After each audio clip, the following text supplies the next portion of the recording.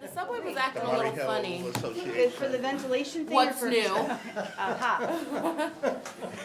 Acting like this is something new. The city keeps saying that it'll be another 4 years or something, but it's will come up sooner than later. So, you know. I want to thank everyone. Good morning. Good morning. I want to thank everyone for joining us this blistery January morning. Welcome to Borough Board. For those that have not been here before, we have a bunch of new chairs that are joining us, 5 new chairs that are joining the cohort, which is pretty large turnover. I see a bunch of new faces, and I know some other folks are trickling in. But first, I wanted to start with the adoption of the January 8th, 2018 Borough Board Agenda. So moved. Wonderful. Motion adopted. I also want to call for the adoption of the December 14th Borough Board meeting minutes, which I sent out yesterday. Did you have any No. corrections or anything? As always, if you ever, even after we take the vote, if you have any changes that you want to make, just email Brian or myself and we'll make them and resend them out. Do we have a, wonderful. Motion approved. So, launching into all of our new chairs. First and foremost, I would really like to thank our current chairs for all of your hard work. We know that it takes a lot of dedication and time to be a board chair. That goes above and beyond the call of duty, particularly for a volunteer group of people. But we really have appreciated the work that has come out of the community boards. I had an opportunity to ask my staff, I oversee the 5 liaisons that go out to community board meetings. What I asked them to do was to put together a compilation of resolutions from all of the community boards over the past 6 months. And the type of work that you all are doing is phenomenal. Besides even just like the work on the CRT resolution, you all are doing things on, trying to control sidewalks, public safety concerns, dealing with an onslaught of SLA issues, zoning resolutions, East Harlem rezoning. I mean, like the list really does go on and on. And so we were really proud. And, I have this list and I'm going to be sending it to Gail because I really wanted to give her the best hits of, and the compilation of what you all have been working on. And even in the last couple of weeks, I've gotten some really great emails from chairs about different ideas that they have about how to collaborate with our office. And, I will always say that we really are here to help. And so, if there is a particular issue that you have seen that Gail wants to, is amplifying just on her own as an office, and you would like to sort of plug in with us, we welcome that. If there are ideas that you would like Gail to push, that are important to you, and, I'll preface by saying for Gail, and she's gonna probably stop in a little bit later, but, a big push for her is small business. A lot of, and particularly in the second term, she's talked to us a lot about small businesses, saving small businesses, being very vocal about saving small businesses. We just had the presser at Coogan's last week, which was a huge success. And Gail was really adamant about getting press for that and making sure that, we sort of, rallied the troops around saving Coogan's. And Coogan's is just one example of many small businesses around Manhattan that are in danger of closing. And so, for her, the clarion call is, now that some of these smaller press operations have closed, DNA Info and some of these other things that sort of shed light on various issues, she's really committed to trying to amplify neighborhood issues. And the only way that we know about those are through you all. So, definitely small businesses, definitely just small quality of life concerns that are, that chip away at the fabric of our neighborhoods and sort of chip away at people feeling comfortable and safe and making sure that, those sort of things are brought to our attention and addressed. As always, you all know who your community liaisons are. Please utilize them. They're here. I mean, you can always, feel free to contact Aldrin or myself. But your community liaison really is the person on the ground. So, they should be the person you go to if you're having sort of a question about something, and then if you need to make some shifts or you need to speak to someone a little higher up, please always feel free to come to us. I wanted to, for the new folks, introduce some members of our staff. So Brian, right here, is your trusty guide for any and all things logistics. So, I now have an updated Borough Board contact list of all of the new chairs, which I'll be sending out after this meeting. It also has your address and anything like that. If you have any corrections, please let us know. That's my main contact list for contacting you. So, if there's a better email to get in contact with you, let us know that. But Brian really handles that, and he also handles a lot of the logistics around board members leaving or board members coming on. So he does all the appointment letters, he does all the thank you letters to all the people that are leaving the board, and he really takes care of our roster of folks. And so you might be seeing that the liaisons send out notifications about to the returning members about, hey, it's time to reapply. Brian keeps track of all of those things on our huge database. I also want to introduce Jim and Adele. They are our trustee legal team, and I'm going to invite them up in a little bit to sort of talk about some things to keep aware of, some best practices when it comes to when to contact them. You'd be surprised, if you have any questions about anything, always feel free to contact them. Whether it well, I only say 24/7, exactly. right? They are a full service legal team of 2. But I do think that, a lot of times there are a lot of questions that folks have, and they're not sure where it really falls into, what realm it falls into, and they can help to clarify that, as well as Audrey and myself. But and I always loop them into stuff anyway because I like their opinions and appreciate their opinions on things. So, first and foremost, Jim and Adele, do you all have anything you want to add about, since you said don't contact you about everything, anything? Do you want us to? Yeah, come on up. Come on down. Mm-hmm. I think we may be talking about the work rate, so we don't see all the or. Yeah. I will also say that another very important person to the overall leadership team for the Manhattan Borough President's Office is Deidre Lyles, who's our HR director. Any and everything related to HR, always feel free to contact her. She said that she actually would like to maybe schedule a meeting with all of the district managers, particularly because, they're the ones that are handling the hiring and the firings and the moving and the switching and the raises and what have you. And she thinks it's important to sort of talk with them. And so we'll be scheduling sort of another opportunity to talk with Deidre as well as with the district managers on HR issues. But she's also a very important piece to this as well. But Jim and Adele are our trusty legal team, so please share with us your wisdom. Hi, I'm Jim Karras. Many of you know me. Welcome to the new chairs. This is Adele Bartlett. I'm general counsel. Adele is deputy general counsel. The legal work is part of our job because I'm also land use director and Adele is deputy director of policy. Well, actually, has anybody heard? Acting. Oh, right. Acting director. And if Shula has gone into labor, she may be acting director of policy. But we thought since there are so many new chairs, it's a good time to just, take 5 minutes and, talk about sort of what we do and our role and some basic things. And we've said that we have trainings on specific topics. All community board members have to take conflicts of interest training.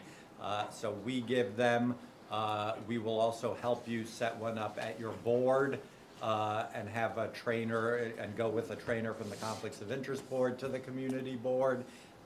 Except it's better to come to ours because they've warned us that, and because of the boards usually have a pretty full agenda. So you usually can only give them about 10-15 minutes, so it's not it's sort of like like a coming attraction. So you get a lot more when they come here and give the training. Yeah, we have one that Well, we lasts, do it in Uptown, 45 minutes to an hour. And, it's important. The other thing to remember is all community board members are public officers under the state public officers law. And the state public officers law applies to community board activities and actions.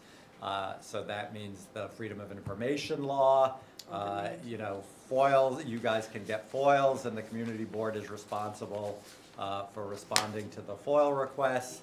We're all, you know, we have helped, many community boards answer FOIL requests. Open meetings law applies to all community board meetings and committee meetings where there is a quorum and you're conducting business.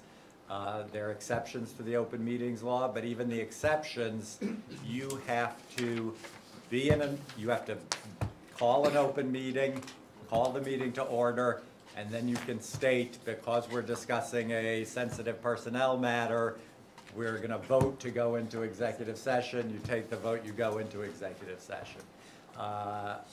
Whether it's an executive session or a meeting in front of the public, there are minutes requirements. The minutes have to be taken, votes have to be recorded, minutes have to be made publicly available within 2 weeks for a regular meeting, 1 week for an executive session. Because I guess the law feels like if you're doing something in secret, you gotta tell the public about it quicker so they know what happened. And you can always call us and ask us, what do we need to say in terms of an executive session? We've answered lots of questions like that for community boards.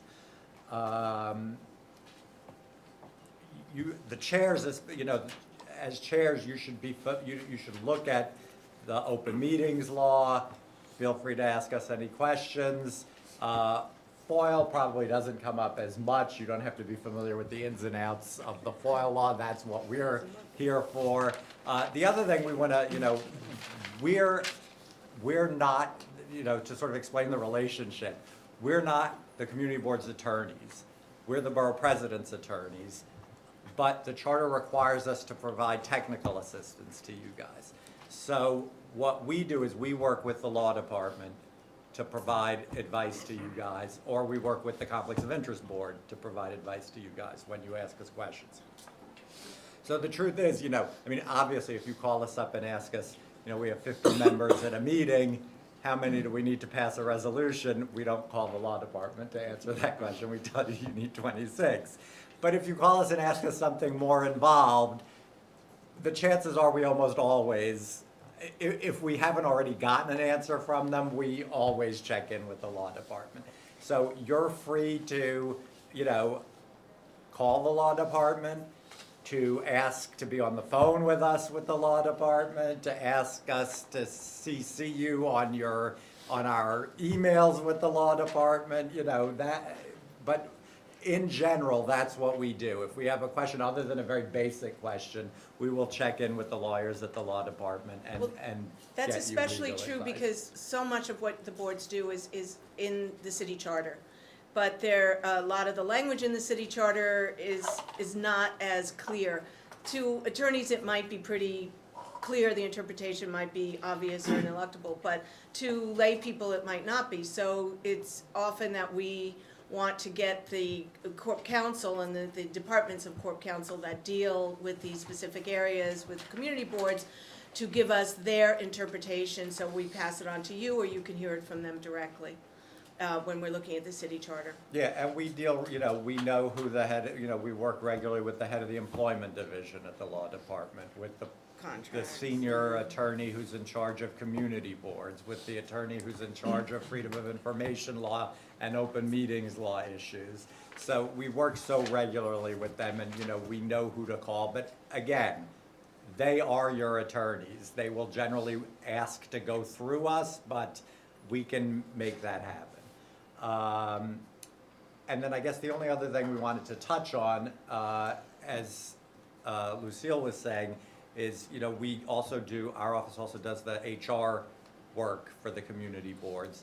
And hiring and firing of employees is supposed to be done pursuant to a full vote of the board. We process the hires and fires in our operations office under the watchful eye of Deirdre.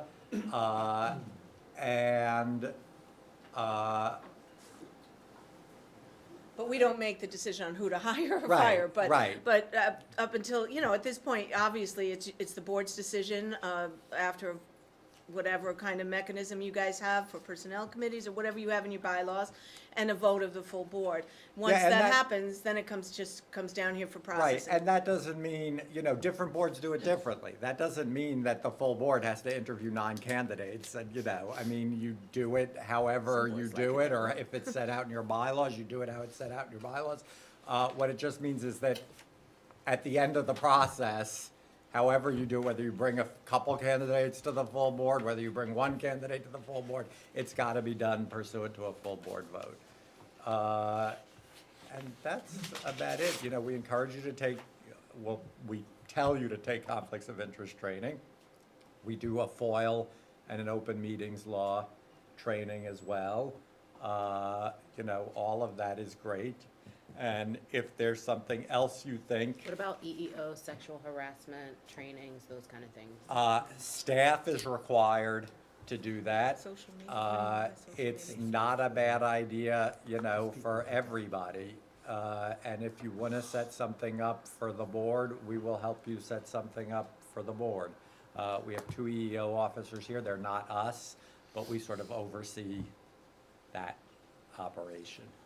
Quick question on hiring. So unless it has been ratified or approved by the entire board, person that they have been selected, like say we have, we're looking at, I don't know, any position in the office, go through the process, identify at least three candidates, interview them, we select someone, that person can't come on unless they've been, so if, like say, even if it's almost a month later and there's some important thing that needs to be done, can they begin to? No.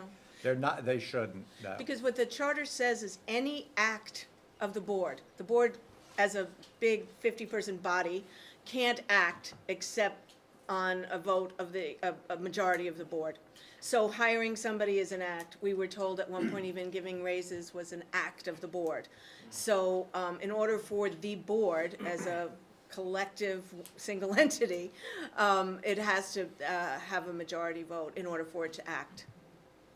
Just a quick caveat, does this mean part-time employment?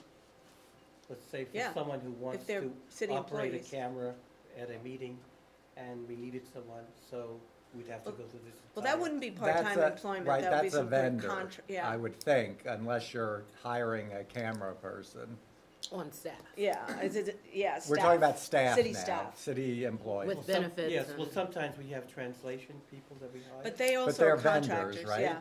They're contractors. You pay a Some- service? Sometimes. They're not city employees. They're not city employees. Right. Okay. We're talking about hiring somebody as an employee of the board. Now, in That's- general, and again, we invite you to ask these questions because this is sort of what I'm talking about. At some points, it's very clear, and then as you move away from the general rule, it becomes a little less clear. So, when you're entering into a contract, the board needs to vote on, if you're hiring a consultant for a year, the board needs to vote on the contract. But again, if you have a question about, well, does this rise to that level, you should call us and we'll get an answer from the law department. We actually, on the staff issue, we'd been told since we came into office that that was the case. We asked them to actually put it in an email to us. And yesterday they did. They said, any staff has to be hired pursuant to a vote of the full board. We've also asked them to put out some kind of guidance for community boards. We don't know if they're gonna do that or not. We don't know how long it'll take for them to do that. Because again, they said, well, it's very easy for us to make that general statement that staff has to be hired by the board. But then when you get into, well, what exactly is an action and what isn't an action and Right. And spending stuff like reimbursement for buying, provisions for a party.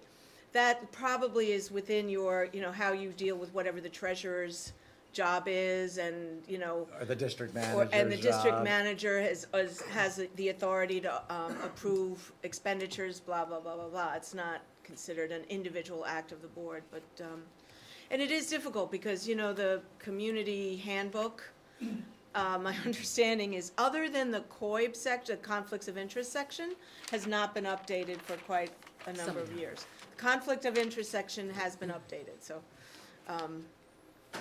Just one question on the minutes, not the board minutes, but the committee minutes. Mhm.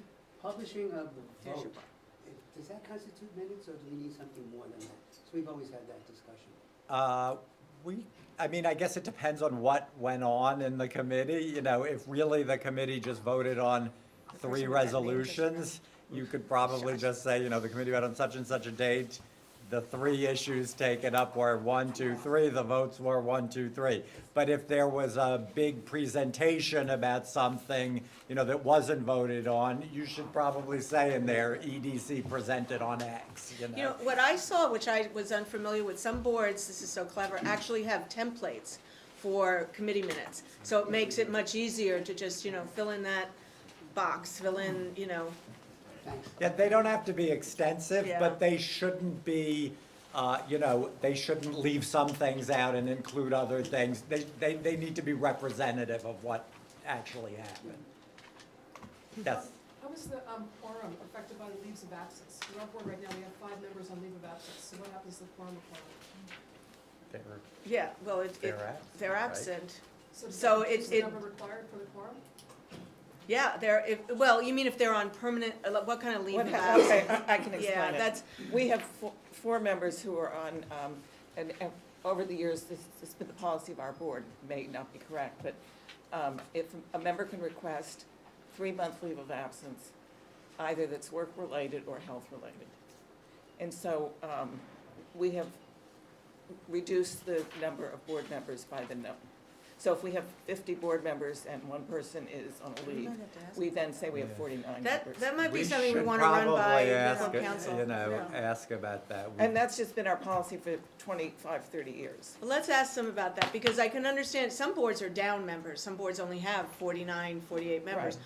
But if somebody's on leave, whether or not to actually count them as an active member for quorum purposes is a question I think Because we we might wanna might get. change our policy and Yeah. just ask people to leave the Yeah, board. I'm not sure of the answer, we should ask them. Or that, you know, maybe it needs to be called or dealt with in a slightly different way. I mean, we don't know. I mean, that's why we Let got rid us of, say- that's let- why we got rid of public members, because public members become part of the Public- quorum. No, they don't. Just for committee. Just on the committee. Right. Just on And the so committee. what would happen is, if you had 6 board members on a committee and 4 public members, which has. That's a lot of public Well, it was members. a lot, but this happened to one of our committees. And so that committee often missed quorum. Well, you know, the chair could just remove public members. There's no due process for that. Chair of the committee. No, the chair of the chair of board, the board. chair of the board. So we could reconsider public. Yeah, members. you can remove a public member who doesn't show up at one meeting or. And when we were, Folks that you you know, cross-eyed. when we were going through the bylaws exercise, Right. you know, this actually came up. There's no limitation on the number of public members that can serve on a committee. Now, I guess if it were me, and I'm But you'd just, I'm wanna- not yeah, giving you the would wanna have official that. view of this, of the borough president, you know, It wasn't. I would be careful. You wouldn't want to have a committee that was being run by members who weren't really members of the board, so that you're in a situation where somebody shows up before the committee, let's say it's an SLA committee, you know, somebody shows up before the committee and their license is being ruled on essentially by people who aren't even, you know, on the board.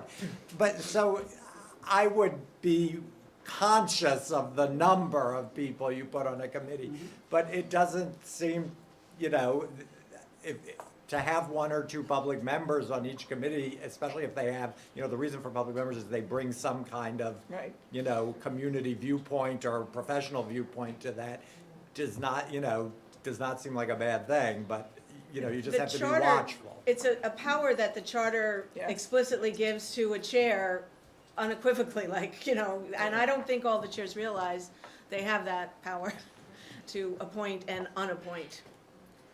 Just a quick question. I would appreciate if you would clarify whether the boards can do, absence policy, an absence of, a leave policy. Because our board doesn't have that, and we are, at this point in time, we're not looking to entertain it. It's actually in our bylaws. That's a that we related don't question. take. We're gonna, ask them about both things, I think. If, Yeah. what's okay for the leave of absence policy, although they might not have an opinion, and how does it affect quorums? Yeah, and just in fact, if there can be, because then that's something that I know we've most never boards do. considered. And also, does the Manhattan Borough President have a statement on, the FOIL, like recording, like just a general statement that's been approved, so that people who come into a meeting know that it's subject to open meetings law, and that their image, that because they're there, they're subject to taping. The reason I say that is because even people who have been on our board for a long time brought up the question, almost like this is a new concept, and it's not a new concept. And In fact, so, Don't we It's- put something outside here? and so that, I would like to know if we have something official that I can print out, have it. We I used think to. we have something I we think we used to use, post which we something, can, 'cause we're live streamed. probably send to We, you. Thank we you. put something on our agenda that says that this is a public meeting, Oh, okay. and so it's on our full board. All right, so And we'll, I think it's on our committee. we'll I have to take a check to look see if at it's on the that committee, too. but it's Okay, definitely on great. our full board agenda. And that, the other thing, which sort of goes along with that, the open meetings law, there are all sorts of provisions on, you can't have a meeting on a heated controversial issue in a room that fits 4 people. Otherwise it won't be considered an open meeting. So those types of things. You have to let people record video and audio unless they're disrupting the meeting. You don't have to let people set up a bank of cameras between the members and the public so nobody can see, but if somebody's standing in the corner with their phone or with a camera and they're not disturbing anyone, you can't tell them they can't, record a meeting. Two things I want to share with everyone is that in terms of attendance, we use 2/3 as a cutoff point, and we're doing it right now.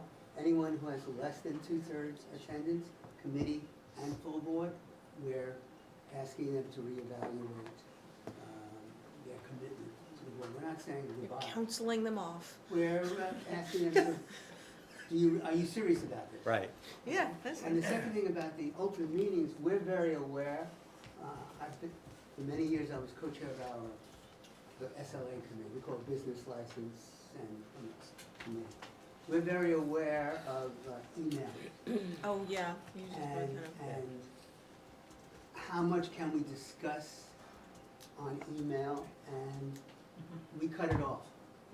We say, okay, this is too much discussion, it has to be at the committee, we can't continue it now. That's fine, and there's no problem with that. So people know, because this question actually has come up in the past, members can email back and forth without it being a violation of the open meetings law.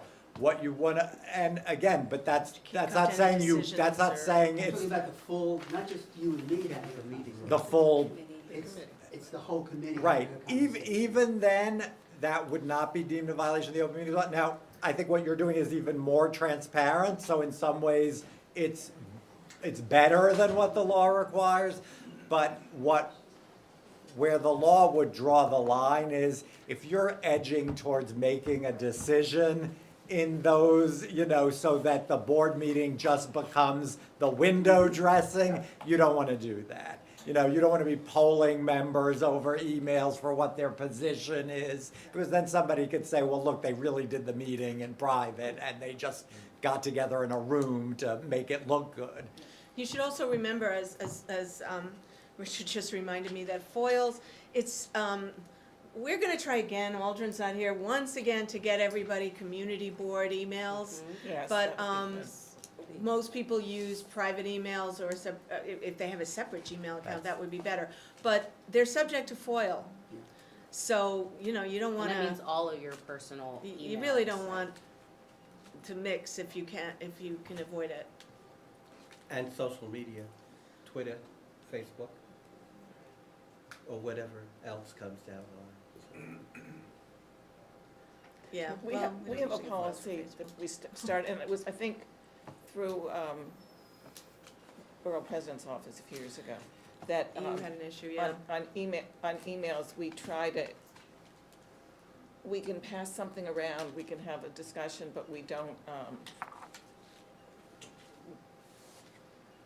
we cut it off. We try not to discuss something that's gonna come up at a committee. Right, Um, yeah. Someone can pass around their proposal, but then ask people not to comment on it, but to wait till, so you have time to read it. Right, Because sometimes, like last night at land use, we had a big document we were looking at. And so we passed it around and half the people read it, half the people didn't. But, we were able to discuss it right, at the meeting because some of us at least had seen it. right. No, that's fine. I mean, there's some leeway there, because let's say you read something and you realize, oh, we really should have this other piece of information as well at the meeting. So Right. you send an email around saying, can somebody get this? I don't understand page 2 without this additional information. That's fine. But, it is certainly the best practice that if you're gonna be debating something that's gonna be voted on, you should debate it in the committee, not privately, and then just walk into a room and vote. So Jim, good morning, everyone. So, Hi, Sean. so two things that we've done, listening to the conversation at CB12, which actually has worked out effectively for us. First, on the attendance issue, as Bert mentioned, we do start tagging and sort of like tracking members who have attendance issues. And then within our bylaws, and I'm not sure if that's consistent throughout, but in our bylaws, we actually have a board-initiated removal process. Right. Which is a 2 to 3 step process. And we begin that process with letters, certified letters, and it sort of That's reminds actually the member, sort Yeah. of wakes them up, like, look, I'm not fulfilling my obligation. Not only do I know it, I think the board knows it as well, and it certainly will follow me if I'm removed from a board versus stepping down. And it's that realization moment. So we actually sent 2 of those letters to members, and it wasn't the easiest thing to do, sort of like highlighting that you're not fulfilling the obligation, but it was more of at the beginning of a conversation, and both members actually, on their own, decided to resign from the board. Well, that's what I was gonna say. And why would you wanna start removal proceedings against a member who may have something going on in their life? Right. And maybe if they're made aware of the fact that they've been falling short, they'll step down. Or they'll step up. Right, exactly. And we've been sending letters out periodically, so it wasn't like, each member is responsible and they own their own attendance history. But sort of, we've been doing it month by month now, so it wasn't a surprise either. So that actually worked out. I was at first reluctant to do it, but it was, it got us to where we needed to be, a full board of active members. And the thing about open meetings, and our members have the actual text of the open meetings law, and we're not afraid of it, and a lot of folks are afraid of it. You send an email and you always get, are we violating open meetings? I'm like, well, let's look at open meetings. It's not a fear, document. It's sort of like a guide, and we actually communicate via email quite often, but we're within the guide, so we're never outside of it. One technique I've used is that I BCC everyone. So if I want to send something out, but prevent, that one rogue, discussion, you BCC someone. But we do a lot of transactional work at CB12 through email, but it's always within the boundaries of the open meetings. And I believe that the model bylaws have the text of the open meetings. It has a lot of the points in there. Right, Some Yeah. of it, that's yeah. helpful. So if someone's curious, are we violating it? I always go back, read it, and then come back and tell me if you violated it. And you can always call us on that, because we do get a fair amount of questions on that. We work closely with the law department on that. So it's something we can, either generally answer or get you answers to. Lucian. Also, the Borough President's Office, along with Beta NYC, has also developed a Right. tool Board called Track. Board Track, Board Track. which helps community boards streamline attendance tracking, automatically, working the numbers, so it makes it easy to track committee and full board attendance. So if you have any questions on how to bring the tool in, let us know. It was based on the great work by CB11, so we want to just continue on building up and showing what boards that are, really doing great stuff, but we want to make sure that we help keep building on those tools and offer them to the other boards. So, let us know. This is a weird thing, I'll just throw this out there, I'm sure it doesn't apply to anyone. While, talking back and forth with committee members on emails, as long as you're not coming to a conclusion is legal, you can't do it in a chat room. You can't be on like Yahoo chat, because that then comes very close to you all sort of being in a, In a room. right. Right, yeah. Virtual room. Nelsa? So we have a 2/3 policy for attendance and, for full board as well as committee. We do have a mechanism for starting the process for removal. I wanted to know, one, in terms of reporting to the MVP office, I think it's been the practice that we have just been sending full board attendance, where committee attendance has been lacking. And so my concern is that with the reappointment process, what I want to do is I want to give a year at a glance for each member in terms of their attendance and for committee as well as full board. Yeah. My concern is that community boards sometimes become entrenched and people become cliquish and people who have a lot, based on the years they've been on the board, and I know that for CB11, it's difficult to vote people off. So no matter that the attendance is atrocious, no matter the fact that some community board members are very immersed obviously within their community, and based on the dynamics of the board, it becomes difficult sometimes to remove someone who can better be used maybe as a public member or in another way. How can, and this is not an answer now, maybe all of us can think on this, how can we address those issues when that is a concern? Or where can the Manhattan Borough president take that final step? Because you appoint, right? And so somewhere along the line, there should be, if the board doesn't take a line for whatever reason, that the Manhattan Borough president in its review of the attendance should be able to take a definitive process and say, listen, you weren't voted off, but this is the issue and this is our, this is our concern.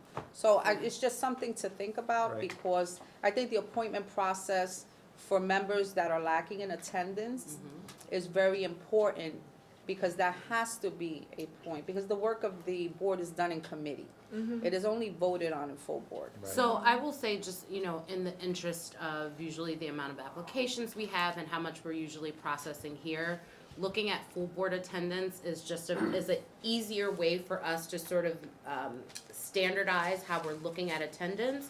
We do look at committee attendance, but that's more so to like dig, I'll dig deep into it to say, okay, there's now a trend. It also really does also fall on the community liaison. So as I said, this is the opportunity to, for the member themselves that are having issues coming to meetings, to let folks know what's going on.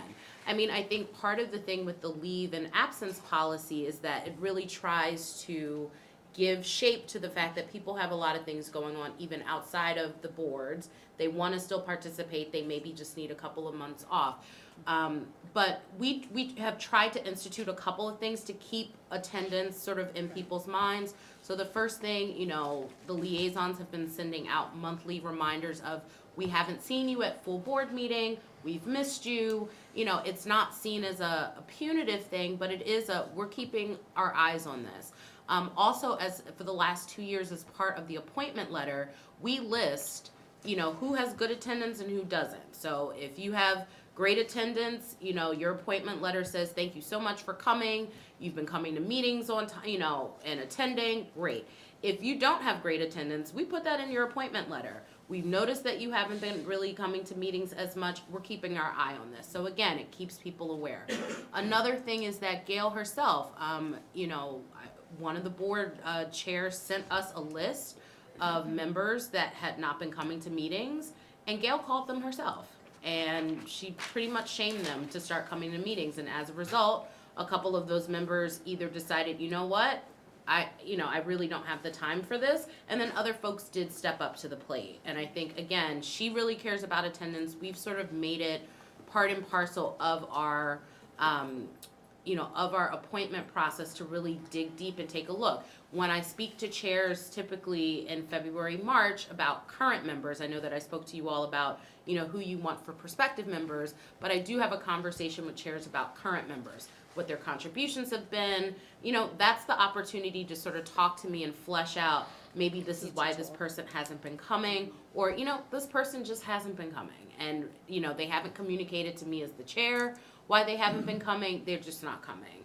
So for us, all of those things matter. And so, giving me the committee assignments definitely helps. It gives me more information. Yeah, because I just, if I have 11 full board meetings, and depending on ULURPs, and people show up, that's great, right? Because that's where we take votes. But if I have half my people that don't show up at a committee, and they show perfect attendance in full board, and they keep getting reappointed, that's an issue for the community. Absolutely. And so I wanna know, that's why I want clarity, that I'm going to be reporting to you and to Yaseli, committee attendance as well as full board attendance. And based on what you're saying, I am hopeful that everything will be looked at, not just full board, because full board is one time a month. You know what I mean? But committees are really important. Committees is where the heart of the work gets done. Nelson, We can I just recognize say, that. there's a great difference between the reappointment process where we do look at that and removal in midterm. And first, you said when you initially said something about removing, again, public members. No, not public members. They're Public members, gone. I Okay, can do okay. that on my own. But removal, whether it's by our office or by the board itself, requires a certain level of due process. No, we have that And process in we have place, but been- we just never vote anybody off Well, because we've nobody been wants to do it. informed that Everybody doesn't want to that do process would implicate the involvement of corp counsel. it. Okay, good. That you're advised before you go, or, with the first step Yeah. of a letter and stuff like that Yeah, is we one thing. have, yeah. But you really need to seek advice from your attorneys on that.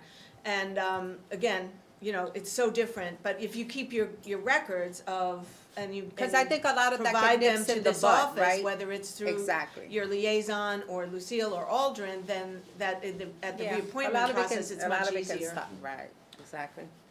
I know that CB7, I asked a few people, and actually one person stepped down because they just weren't making It's a certainly fairly an new easier way member. to do But it. a few years ago, before I was chair, so on our board, we have a procedure that if you miss a certain number of meetings, the steering committee can request that the person, first a letter is sent advising the person to step down. If they don't, eventually it can come to steering, and steering can vote to, No, they can't. no, they So we have can't. to change our bylaws. No. If Even you're if gonna it's- remove someone, it has to be by vote of the full board. After a certain No, amount then of due it's voted by process, the full- meaning possibly Oh, hearing. okay. Yeah. No, any action of steering then goes to the full board. Okay, Yeah, but but there there may has have to to be be, more process if than it's that. removal, Yeah. there's gotta be due process for the person. They have to It's have in the a, model bylaws. Yeah, no, Yeah. I'll send you our Yeah, bylaws to see compare it if to they. our model bylaws, because we checked that out pretty Okay, carefully. but I think it's pretty, I think it was pretty close to to yours, but I'll okay. Double check. send it to you. Clayton? Yeah, I just want to back up what Shaw was saying about the mechanism within the board for committee and full board. We treat it exactly the same, just internally, before we are going to get anywhere near removal. There's a number of committee meetings that if missed, or a number of full board meetings within a certain number of months. And every single month at executive, the executive committee reviews we have our, Vice Chair Craig Slutskin, who's really good at the spreadsheet. So every single month, we look at what the status of the attendance is, and those letters are automatic. We do not deliberate case by case. Everybody gets them. If there's a chair of a committee who had a professional thing and was out of town a bunch, he or she's gonna get a letter too. So there's that being built in and formalized and mandatory has been hugely successful in improving attendance. It took a couple of years, but it made a big difference. And unfortunately, there are many letters. It's not rare, but what we do find is that it's usually for a significant cause, and sometimes that results in people stepping down or formally asking to become a public member instead, or something like that. Once we worked with you guys on the actual full process of removing someone from the board. They were just non-responsive, and it became crazy, and it got to the point that we had to have a full board vote without them even present to remove them from the board.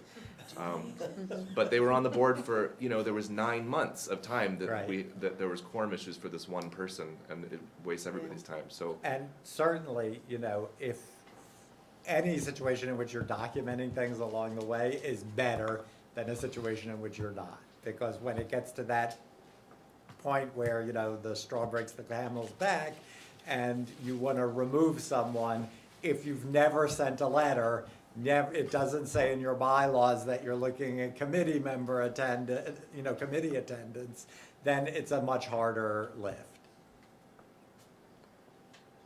Yes, Terry. Gone a bit, so I'll be really brief.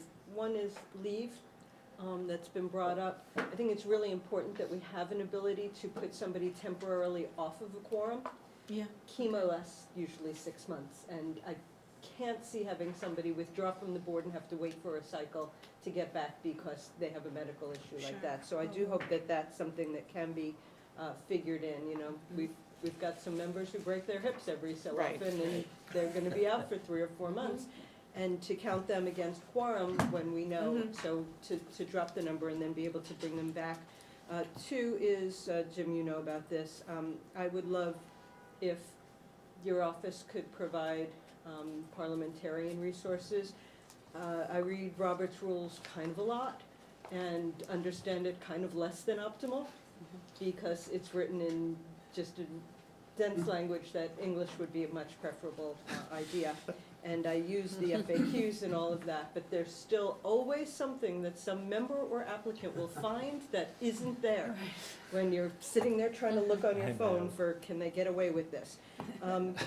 We actually do, We we do have give a had a training. parlermentary I've been training. through it twice. Oh, Yeah, This so stuff have I. comes up when Well, you need to make a phone call. let's talk to Aldrin about, seeing if we can, What we've identified as the biggest area people seem to need, we all need, is special training in is motions. That seems to be where a lot of the meetings get really bogged down. And friendly amendment. Friendly, Right, unfriendly, friendly, And there are, motion and to also amend. some things that are unique to community boards that reading Robert's rules Yes. will send you the wrong direction. Yes, For example, a exactly. 2/3 vote requirement. Mhm. Can't do that because the Right. charter says, Mhm. says majority. So, Yeah, you just- can't just take them, Robert's rules whole. right, and I've taken the trainings, and what's interesting is I've taken the trainings twice and gotten 2 really different trainings. Really different. Yeah. Like I wanna take it all the time because they're so different. So I would just request, more resources Okay. available on a Training. rolling basis rather than annual. Public membership, to Roberta's point, we changed our bylaws to say that no more than 50% of the number of full board members can be public members. And the real big reason for that and why we don't have any public members on one of the licensing committees is they're not governed by COIB. In our bylaws it says, and you act like you are, but they're not. We get to have all of the liability and none of the money, but they just get none of the liability and none of the money. And so, and the last is, thank you for considering anti-discrimination training that has come up. And if the Me Too movement, it's, as always, people say, the board has to solve the problems of the world that are going on now, but you know what, it's really, in general, it's, what it really is anti-rudeness, right, because mansplaining is just being obnoxious and telling somebody something that happens to be a gender difference, or racial, or age, or whatever it is. So I'm really looking forward to seeing if that can come out, and thank you also, for your encouragement on that. That section in your bylaws, we'd love to take a look at it. I wanna make sure it doesn't impede and conflict with the charter that gives no impediment to the chair's ability to appoint or remove public Right, members. we just choose to limit. I don't think you can choose to do something in conflict with the charter, that's the problem. I will be sending that to you, Yeah. not today, it's full board. Also, 50% is a huge, and they don't vote Yeah. at full board, so. 50% of the number, so if there's 8 full board members, there could be no more than 3 public. On committees or? committees. Oh, okay. There is no public member for full board. Right, they have no say in full board, okay. So as you all can see, there are tons of, questions and best practices that I think some boards have instituted to try and make things better. This is an ongoing discussion, but I think even as evident from the questions that you all have been sharing and information you've been sharing, Jim and Adele really are here to give guidance and to give shape to some of those questions. So please feel free to talk to them, and I want to thank you too for the hard work that you all do. It's not always appreciated, but we appreciate you. And so I want to thank you for joining us today. So Thank you. I wanted to move on to the Borough President report and then also give everyone, the new chairs an opportunity to introduce themselves and then for you all to give your chair reports. So I want to keep things moving in the interest of time. So in terms of the Borough President's report this week, our office has been doing some really interesting things. Some of the stuff you might have already heard. First of all, Gail's been coming to full board meetings this month. I know that she missed CB6, but she's gonna be there next month. But she's been really trying to get to every full board meeting, and she tries to do this a couple times a year. So, I just appreciate you all welcoming her. And for her, it's really an opportunity to meet members, and also to share a little bit of what we've been doing as an office. Just a few things just to keep in mind, CB applications. So I will say this, last year I had 1,036 applications. This year I haven't even cracked 200 yet. And I don't know why that is. We've been doing ample outreach. And I've spoken with all of the chairs about what the needs are in terms of gaps in membership, in terms of, needing more parents, needing more people on parks, needing more folks that deal with senior issues and LGBT issues and economic development. All of those things have really helped us with our outreach, but I'm really asking that you all also help us as well. If there are members that, potential members that you think would be really great, please do some outreach to them. Please encourage, your current members, and, I've given to everyone pretty much a list of all of the current members that are up for reappointment. Please encourage them to apply, or at least to let us know if they won't be reapplying, because all of that, helps with me thinking about what our vacancies look like and what we need to do to fill gaps.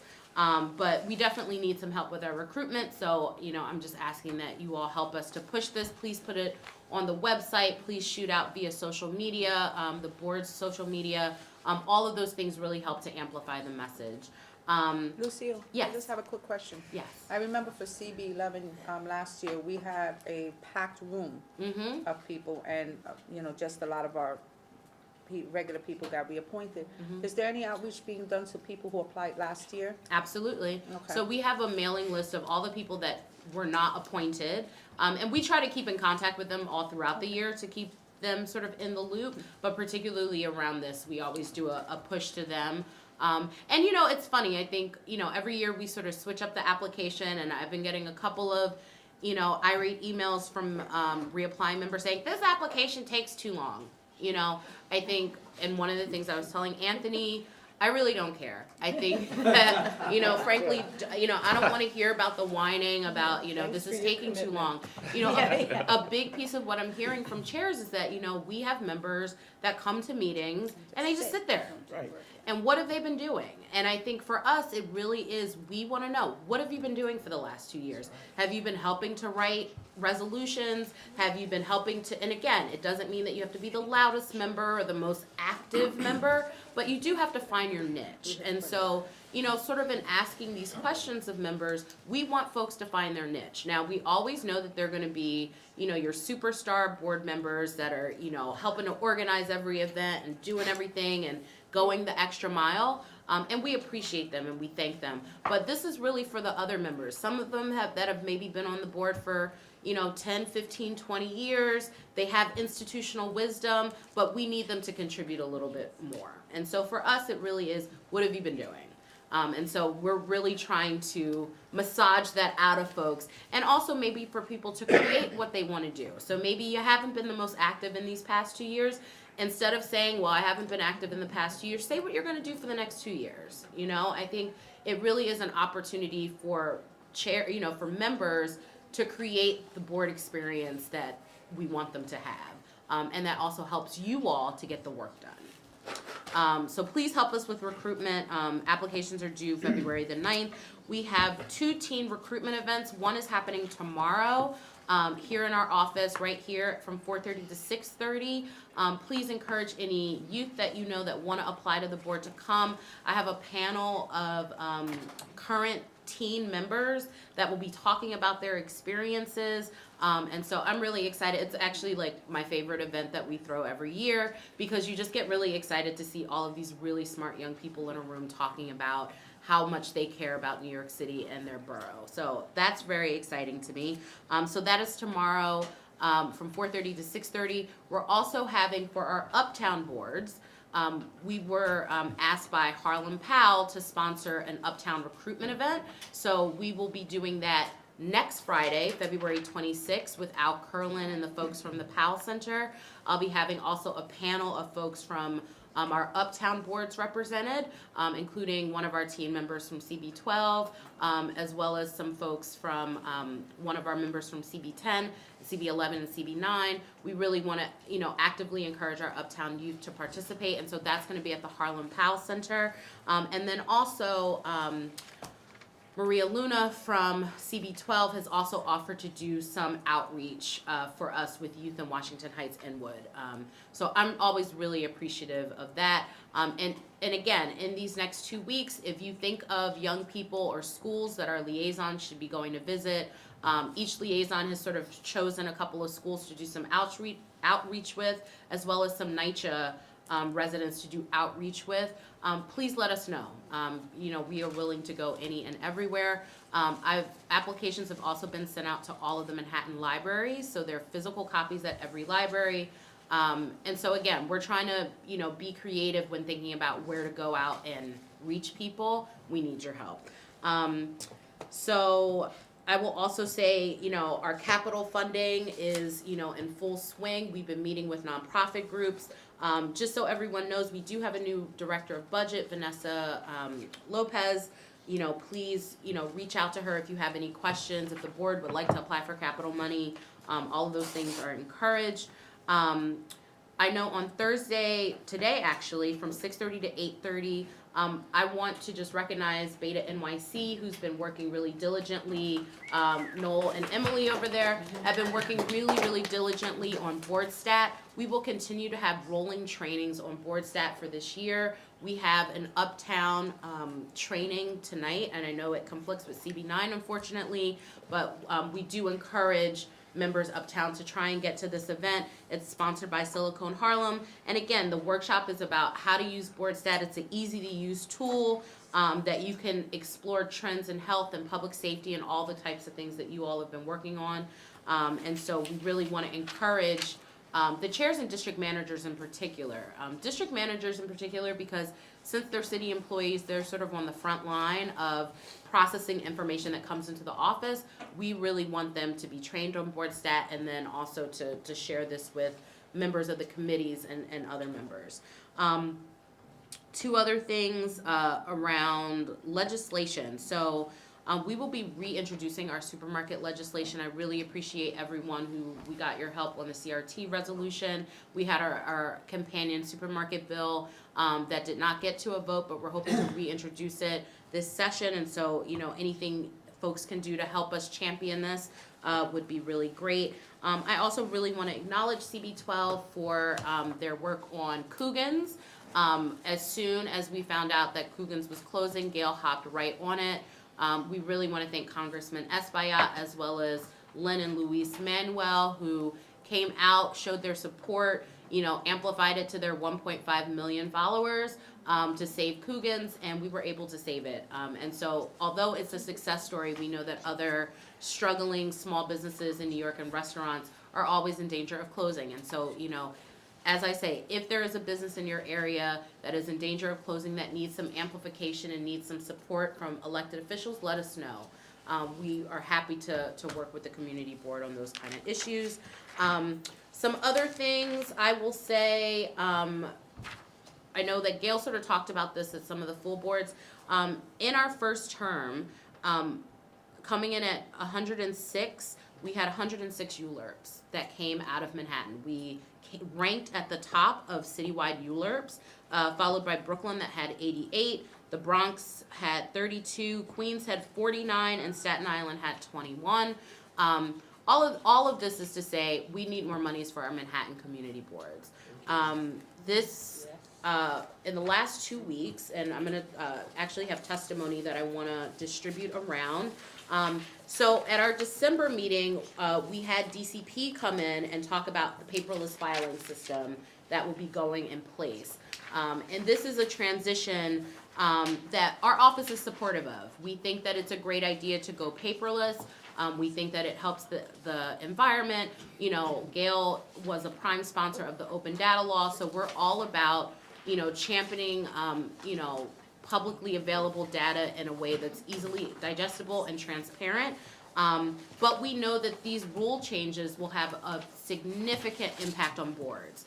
So last week I went to a meeting with DCP and had representatives from community boards around the city. We had 4 boards representing Manhattan, and so I really appreciate folks that were able to come. But we really talked about how this rule change will impact board operations. And this will be that, you know, ULURPs will now come into the office electronically. So the impact of that will be manyfold. One being, you know, cumbersome plans and maps and things that you would be looking at that will still come in paper form for now, will now come electronically. So we're looking at what resources do boards already have to be able to receive that information. What type of software and hardware updates are needed for the boards to be able to transition to paperless filing, and it won't have, you know, a significant impact that you all won't be able to participate. So, you know, please read over this, this testimony. In it, we are calling for boards to, in your district statement of needs this year, to ask for an upgrade of software and hardware. And we think that if all of the boards are asking for, you know, a standardized level of a tech upgrade in the district statement of needs, this obviously will be of help. This is also something that our office has called on, and Lucian, you might wanna. Yeah, so hello everyone, all the new chairs.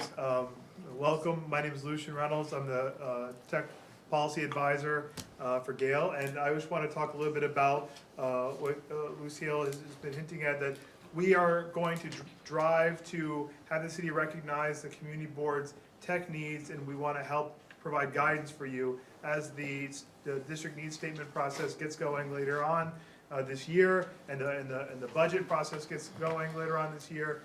We are working very closely with our civic tech partners, Beta NYC. In years past, they've identified, they did a survey of all community boards and identified certain ways that community board technology needs to be upgraded in order to really serve the modern needs of how the community boards deliberate and pass resolutions and serve their communities. And so we're going to be working with them again to do an update. So the first pass was an initial baseline, and now we're going to do an update, and we'll use that information to come up with best practices and recommendations for each board, so that when that process gets started, we'll be able to give you each individual guidance on what types of things to include in your statement of district needs or budget to really make the maximum impact and make your voices heard. So be ready for that. The second thing is that we'll have our civic fellows. The newest class are the best ones yet. They're trained now to do data assignments. So if any of the boards have ideas on open data analyses that you would like to see done by our fellows in our office to be given back to the board, let your liaisons know, and we can work with you to help develop some of those. So if you want to deep dive on restaurant violations or street, work permits or anything of that sort, anything that lives in open data, and we can figure out what sorts of open data may suit a question you have. We want to work on creating some of those analyses for you. So we have the fellows, they're ready to go, and they're ready to work on that. What's the last piece, Noel? WordPress. Oh, yeah. So the Beta NYC and the Borough President have been working to have Do It develop a WordPress version of the community board websites. So if you want to get rid of that old team site and be able to do some of the really cool stuff that other community boards that have moved to WordPress are doing, we'll be able to help some boards this year convert over to the new WordPress. Some of the boards who are already using WordPress. We also have an upgrade path that's available for you as well. But we've been making sure that the Do It version of the WordPress site that they developed for the agencies, but Gail said, we want this to be available for community boards as well. This is for Manhattan community boards first, because we've been the ones working with Do It on this. We want to make sure that it serves all the community boards' specific needs. You're not the same as agencies. You have different community-facing functions, and so your instance of WordPress needs to be different and fit that need as well. So we'll be working with boards to help create a pipeline to transition those as well. Both ones who are using WordPress already, we'll talk about what the positives and negatives are, mostly positives, and also the ones who are using TeamSite as well. So that's a discussion that you should look forward to have with us this year as well, and so we're looking forward to that, yes. How do we go about having that discussion? We'll be reaching out, as soon as we feel that Do It's version is ready, we're going to be starting that process. Just about the paperless filing, we're hugely supportive of that, of course. But our main concern is whether or not that platform is actually going to be publicly accessible, or if it's only for community boards. The reason I ask is because we have had years of struggle with CECMs. The community board has the ability to weigh in on application, except all that means is that the one computer that the assistant district manager has in the board office has been the one that the city has sanctioned to be able to access that platform. So I'm a chair of the Parks Public Spaces Committee. I am unable to see CECM's applications for our street events, the pedestrian plaza events, the food markets, the parades. I can't see any of it because I am at home on a computer because I'm a volunteer on the community board. So this is going to be a cloud-based system, as we've been told, so that means that members of the public will be able to access this information, as well as all board members will be able to access it. But I think, again, it goes to us saying, and I brought this up to DCP last week. I said, if a community member comes into the board office, and each board office is different in terms of how much community engagement and constituent engagement they have on a daily basis, but any member of the public should be able to come to a board office and not go to a city employee's not personal computer, but office computer, but there should be additional resources in each office that anybody can come in off the street, go to a computer and be able to look up this information. And more often than not, we want them to be able to do it at home. I think, the idea around this rule change is to also really bring greater transparency to land use issues. We don't want land use to just be relegated to folks that have the knowledge, but we want members of the public to feel comfortable looking at ULERPs. We want them to be comfortable looking at maps and trying to figure that out. And so I think for DCP, they're really excited about this. They think that this is a really great way to sort of spread the message of, land use. But for us, and, we agree with that, but we really want to make sure that the resources to support this are in place.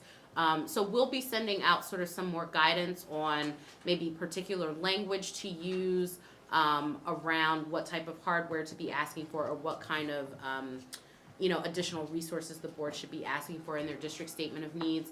And we're also looking to involve all of the other borough presidents to sort of really make the push that community boards need more money to support this kind of work. Xavier? Real quick about the WordPress, and I'm sure you're going to vet it, but it's one of the easiest platforms to hack. So are they going to go through that process, and who will make sure that the updates are in place for that platform? It's just because having dealt with that. This is based on the WordPress, all the modules that Do It has chosen is because they've been able to vet them as being the most secure. In fact, they're only for the CB versions of the WordPress that are based on the Do It version. There's only the modules that they've been able to vet and for security. Thanks. Thank you, Lucian. Yep. So So you are considering in this live stream applications and Mhm. hardware, software Mhm. for? Absolutely. Which is very expensive and, Yes. yes. Yes, we are also wanting folks to be able to live stream meetings. We think that that's really important. Two last things. The Women's March this Saturday, we will be marching at 11 a.m. 72nd in Central Park, West Well, that's Jessica. when the march starts. We don't, if anyone's interested in marching with us, you should be in touch, call Lucille or me, and we'll figure that out, because we're gonna see how big a contingent we're gonna have. Yes. And then we'll determine where we meet. Yes. And then just as a save the date, February 25th is the State of the Borough. So just to have that in your minds, and we'll be sending out additional information. So now is the special. Can I just do Oh, two yeah, more absolutely. things? I'm sorry. Hi, I'm Jessica Mates. Welcome to the new board chairs. I was lucky to be there when some of you were elected. We're gonna have two additional events coming up within the next month, and we're gonna get you flyers about them. We're doing an event with the governor's office on the paid parental leave, because other than what we've all seen in the subway, I don't know if anyone really knows the details. I know I don't. So we're gonna have like a teach-in, so people understand what the paid parental leave really means and what it covers and how you use it. And then we're also gonna do an event with the Attorney General's office on net neutrality, so we can figure out what it is the FCC actually did and what Congress may or may not do to fix it. So those are all gonna be within the next month, and we'll get you flyers as soon as possible. And then I just wanted to announce just sort of a little change in this office, just so everyone is aware of what we're doing. In our policy unit, many of you know our Director of Policy is Shulu Warren. She is any minute gonna go out on maternity leave. And so Adele's gonna fill in for part of that unit. I'm gonna fill in some. We have a new education analyst starting on Monday, and we have a very full legislative agenda, which, we could talk about all the different things we're doing. Hallie Chu in this office is gonna be overseeing the legislative agenda. And in terms of that agenda, I just wanna also announce that we have a bill with the public advocate where we're calling for a new charter revision commission, which is gonna be so exciting. So we're gonna be talking to you all about that. Those are my updates. Wonderful, thank you. So yes, now on to board reports. And so for the new folks, we try to keep it brief, but if you are a new chair, please use the opportunity to just, give us your name and a little bit about yourself, and then also sort of what your priorities are moving forward as a new chair and sort of what you've been working on. And just before you all leave, I just want to say hello and thank you to Emily Walsh, as well as, tell us your name again? Yes, hello, who are new members of Councilmember Keith Power's staff. So we really want to thank you all for coming, and please join us again for Borough Board next Thank you so month. much. Hopefully, Councilmember Powers can attend a meeting in the upcoming months, but really nice to see you all. Wonderful. Thanks. Thank you. Yes. Are we combining chair's reports with the visioning that you? Yeah, absolutely, absolutely. So yes, also for, yes, for my returning chairs, please also, tell us a couple of things that you all want to work on for this year. I think for us, it's important to hear what your priorities are so we can see where we can have some synergy and match up. So I'm gonna start with CB1. Thank you. Good morning, everyone. Good Welcome morning. to all the new chairs, and happy to work with you and learn some of your experiences. I think everybody's been on board for a while. So let me give you a little sense of CB1. We're here lower Manhattan, south of Canal Street, and like many of you, I know Roberta has brought this up many times, and particularly with the numbers on Eula, overdevelopment is a major theme for many of us. And not just the fact that we have these super tall buildings, but the impact on what it does to the community. School seats, sanitation, transportation, major issues.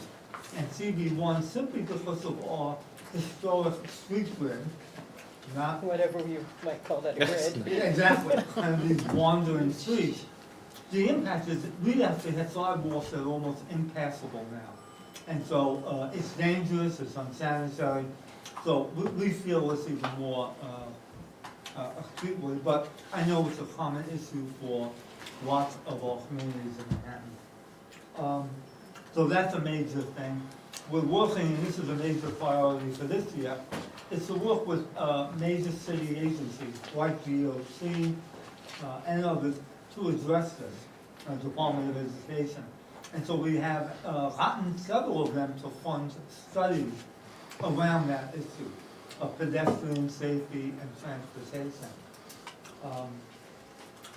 The other major thing that we're experiencing here is after Superstorm Sandy and all that we talk about in terms of what we're experiencing in climate change, we're part, with the Borough President, of a Lower Manhattan Coastal Resiliency Plan.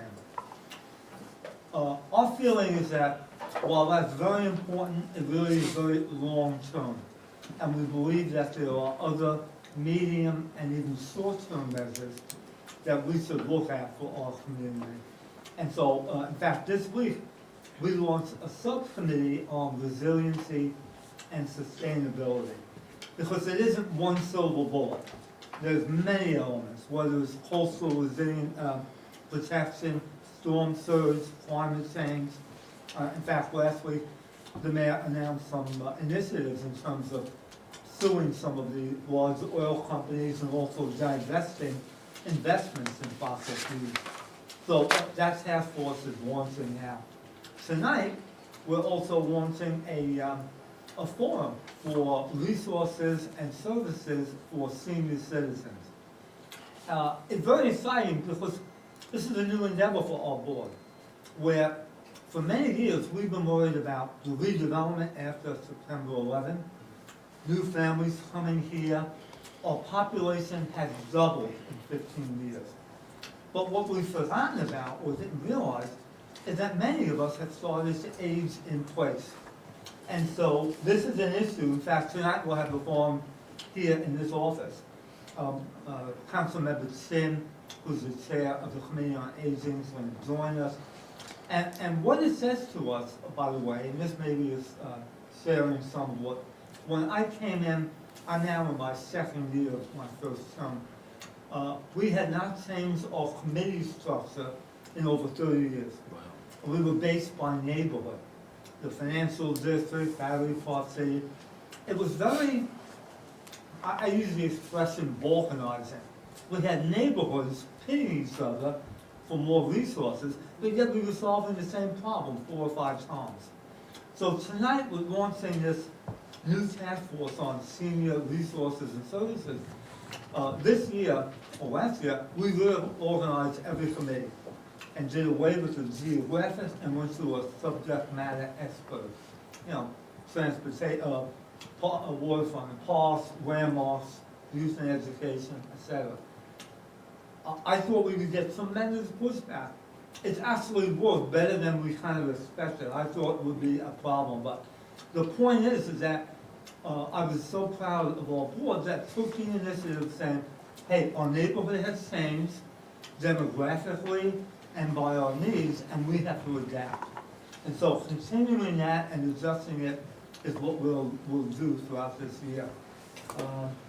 The one thing that we do struggle with is several city agencies. This week we had EDC here about what development has been going on at the seaport. And that's been a critical issue for us. Because you have the demands of large developers, you have the needs of the city to dispose of property or generate revenue, but yet you have the interests of the community. And finding that balance is always tough. The borough president has been incredibly supportive. It's not small business, but the impact of major development will have that effect. And Gail and her team have been wonderful supporters for that. So I could talk forever, I won't. Welcome everyone, and happy to help or answer any questions and learn some new things that were very interesting. Thank you. Thank you, Anthony. Terry, CB2.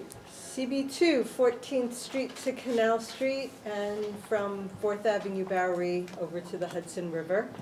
I'm going to eschew my usual monthly report for the priorities that we're looking at in 2018, and they're all about solving problems that we are fortunate to have in that we are a popular, growing, strong neighborhood, but that brings with it, said neighborhoods I should say, brings with it some issues. One of our top priorities is affordable housing. That includes preservation of existing units that we are losing like crazy.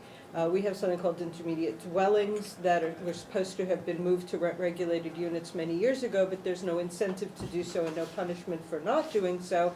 So why have rent-regulated when you can get away with just not? Better DOB enforcement of improper landlord activities. I think we all probably share that desire. We've got one large complex of 420 units that is moved out of affordability and has gone market rate. After 52 years of being supported and subsidized, now it's just, I get to make the money, and that's different than we're used to, and we're kind of wrestling with what we can do to impact that process. And I'm sure we all share this too, there are projects and big ULURPs that promise affordable housing, and for some reason that seems to be a little late in coming. Either the whole project doesn't get done, or other parts of it get built, or there seem to be some interesting ways where the affordable housing component comes last, if at all. To I think, again, everyone's point, small businesses and solutions to retail blight. There are a lot of closed storefronts, as the Borough President's Office took a walk down Broadway and saw that happens throughout. On the other hand, liquor license oversaturation. Our area, and I would assume CB3 will strongly agree, we had 319 liquor license applications last year. And for those who say, oh, well, you guys turn them all down, we turned down 32. We're at 10%, that's it. Are they all new, or how many of them are? They're not all new, but they all have to come before us, and they all have to be dealt with. We have 2 SLA committees plus a sidewalks and street activities licensing committee, because 3 o'clock in the morning is dangerous to go home. And we're finding that there's a new move to bring eating and drinking establishments to upper floors, and we feel that exacerbates ground floor retail blight, because that brings that incredibly remunerative business into what used to be offices, and now it's eating and drinking. Why would a landlord rent out the ground floor when they can make money upstairs? And there's a whole lot going on with that. Again, sharing with multiple boards, the L train shutdown. A lot of us that share 14th Street have concerns about that. In addition, CB2 is not only worried about the 14th Street and 11th to 14th Street where the overflow is going to go, but also they're supposedly coming 70 buses an hour over the Williamsburg Bridge. Say goodbye to moving around east-west downtown. And so that's another issue that we feel is extremely important. More than 1 bus a minute on streets that are already overcrowded because of the two-way, the fact that the Verrazano Bridge is only one-way tolled, so everybody comes through Lower Manhattan. But regardless of the reasons, there's a whole lot going on with the L train shutdown, and that's imminent. We are working hard on the 4th, to support the 4th to 5th Avenue rezoning we've requested from 8th to 14th Streets. Working with CB3 is affected by their tech hub, but things like development cross community board boundaries, and so we will be affected and have already begun to be affected by the growth in the tech industry, which we welcome, but it needs controls. School seats. The great news is Manhattan is getting families back. They're not running to the suburbs. The bad news is the schools are not keeping up, and because there's a lag time in school development, and if you just look at how many families there are today and you don't picture how many families are going to be in the 5 years it takes to build a school, you're going to always be running at a deficit. We've got sensitive historic sites, for example, the Merchant's House, which I hope you've all visited, and they're facing significant construction next door. But this just goes to the development issues that Anthony mentioned as well. And then open space. We've got very, very little, and I see that a lot of boards do have very, very little open space. Not just open space, but green. a place where there's grass and trees, not just a plaza with a couple of planters with some spindly trees in it. That doesn't give you that back to nature that is essential for living and breathing and lowering asthma rates and sequestering carbon, but just touching nature is so important. And there is very, very little green open space in our district, and we're trying to find or preserve whatever we can, while understanding that there are sites that are better for affordable housing than others, and sites that are better for green space, and not every open space is a development site. Thank you. Inpatient bed availability. With the MSBI transformation, we're talking about 800 beds to 70, and we are talking about changes in healthcare, understood, but there are still some times when you get stuck in the hospital for longer than a day, and the lack of inpatient beds is a concern.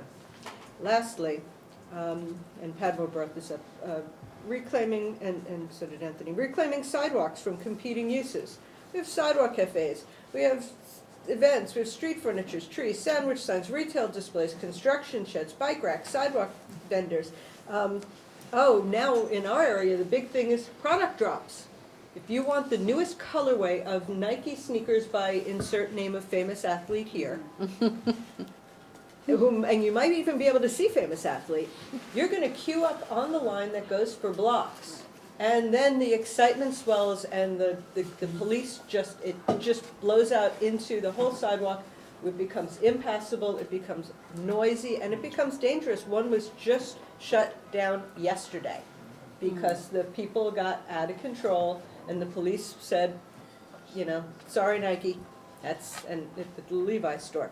And of course, in addition, I know that we're working with the Borough President's Office on sidewalk vendor issues, because it's another competing use of the sidewalk, along with, in our neighborhood, slow-moving tourist gaggles. No more than 2 across. Thank you. Thank you. I don't know if you've ever seen that thing where it has like for New Yorkers, like Yes. they have like the street thing, and then for everyone else. Thank you so much, Terry. We appreciate it. David. Yeah, hi. My name is David Ford. I'm the first vice chair of Community Board 3. Alicia Lewis Coleman, our new chair, could not be here because of her work constraints. Community Board 3, and I'm going to be brief, is the East Village, the Lower East Side, and parts of Chinatown. As far as Alicia's strategic focus coming in as the new board, she just wants to ensure that our committees are functioning more consistent with the district and community needs, with development, construction, rezoning, traffic and transportation issues, and the like. A direct focus to stay on point within the committees is essential. We had one issue with one committee in particular, it's been addressed, where the committee chair wanted to address issues that we thought were kind of random and were not on point with where we needed to be. And with all these issues, the issues are really there for you already. The other thing we're working on is changing our bylaws. We're taking a look at the borough president's recommendations. And one of the things that's definitely on the table is moving our elections from June to January. So we are taking a look at that. No guarantees, I can't make that promise. As far as the hot button issues, we do have what's called the Union Square Tech Hub of the workplace on 14th Street. EDCE did come before both the Land Use and Economic Development Committees. We will be moving towards the ULURP process. We're making sure that all the community benefits, that, there are some guarantees with that. And there are still concerns with the 4th and 5th Avenue, 3rd Avenue rezoning that the Greenwich Village Neighborhood Preservation Group and others in the community have. We also have concerns. The MTA is coming to the Transportation Committee in February regarding the L train shutdown. We're very concerned about the impact it'll have on the Williamsburg Bridge traffic and making the problem in that area worse. And also the Grand Street, we have Grand Street traffic issues and congestion, and the DOT is coming back in March or April to address those traffic issues. So, and that's the long and short of what we have going on in the interest of time. Thank you. Wonderful. Thank you so much. CB5? Hi, I'm Clayton Smith. Oh, I know I'm so 4 is sorry. next, right? I'm so sorry. CB4. Bert, how could I? I'm so sorry. Chelsea Hill's Kitchen, okay, Hudson Yards, okay, 14th Street to 59th Street, 6th Avenue to the river up to 26th Street, 8th Avenue to the river north of 26th Street to 59th Street. Okay. I can just reiterate just about everything that Terry said in terms of our issues. 14th Street, okay, same thing with CV3. That's an issue for us. What's gonna happen? What's gonna happen to 15th Street? What's gonna happen to 16th Street? What's gonna happen to 14th Street? Transit is a big issue in our district. 14th Street, also the bus terminal. First, we're gonna have the relocation of the bus terminal. Now it's gonna be relocated in place, rebuilt in place. We were working on it, and the Port Authority has come around, if that's the expression. They're recognizing more the actual legitimate and appropriate concerns of the community. We are on committees with the Port Authority, meeting on a regular basis. And that issue of the Port Authority bus terminal, it includes the possible, what do you do with the extension of the Flushing number 7 train? There are people who keep talking about extend it to Secaucus. Forget about where the money comes from. Extend it to Secaucus, to the railway station in Secaucus, and siphon off people that way. There's also discussion, that subway goes down to 26th Street and 11th Avenue. Why not extend it to 14th Street and 8th Avenue? Coming in around, and have a cross-platform exchange there. Again, forget about the money. We do have money for Moynihan, we don't call it station anymore. It's the Moynihan, I forget what the terminology is, hall, train hall. It's not a station because you really will just enter there and go down to the existing Penn Station. So it's not any extended capacity to Penn Station. The Gateway project, again, put aside the money, the Gateway project will, part of the full project, it's not just tunnels. This is part of our district. It's not just the tunnels, will expand capacity in the station itself, which is critical. Yes, someday Long Island Railroad trains will be going to the east side, but then we have plans, the governor has plans to bring Metro North trains into Penn Station, down the Hudson and across the Hellgate. Okay, so we still need expanded capacity. We're working on that. ULURP, we have a major ULURP right now, which we call the Block 675. That's 29th Street, 30th Street. It's all the moving pieces. Okay, this is affordable housing, and we push. We're very good, I must boast, Community Board for on affordable housing, permanent affordable housing, other, what used to be the 2080s, the 3070s. Now we have other kinds of ways to get that affordable housing. We're doing it on the Block 675, but for example, Gateway, part of that block is supposedly has to be reserved, can't build on it yet until the tunnel is finished, because it's a staging area for the tunnel. We have to take that in consideration. Also part of community facilities, we're a growing neighborhood. One of the fastest growing neighborhoods in all of New York City, okay? Schools, and community facilities, like an ambulance EMS station. We're pushing to have an EMS station at that 29th Street site. And so we're in discussions, major discussions. Can we get a community facility in there? Does it fit the needs of EMS? How do we negotiate back and forth? And this particular site also ties in with open space, park development. The borough president has been very good on this because, like with Community Board 2, part of, they'll build a little higher. Some of us are not that concerned. Okay, you want 10 more floors? Get the 10 more floors. Because what we're getting is money for the park. Money for Hudson River Park. Because part of that is transfer of air rights from the Chelsea Piers. So this is the second time we're doing transferring air rights. First time was with Pier 40. The issue here in the borough president, actually last Friday, here in this room, let's all get together. How do we price those air rights? many of us think the square foot value of the air rights is a little bit too low. Came out to a number like 37 million. But that money goes straight to the park.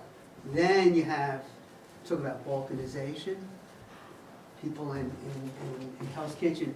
Our end of the park isn't finished. We need money immediately. People in Chelsea say, we've been waiting for that bathroom for 20 years. Boy, are they holding it in.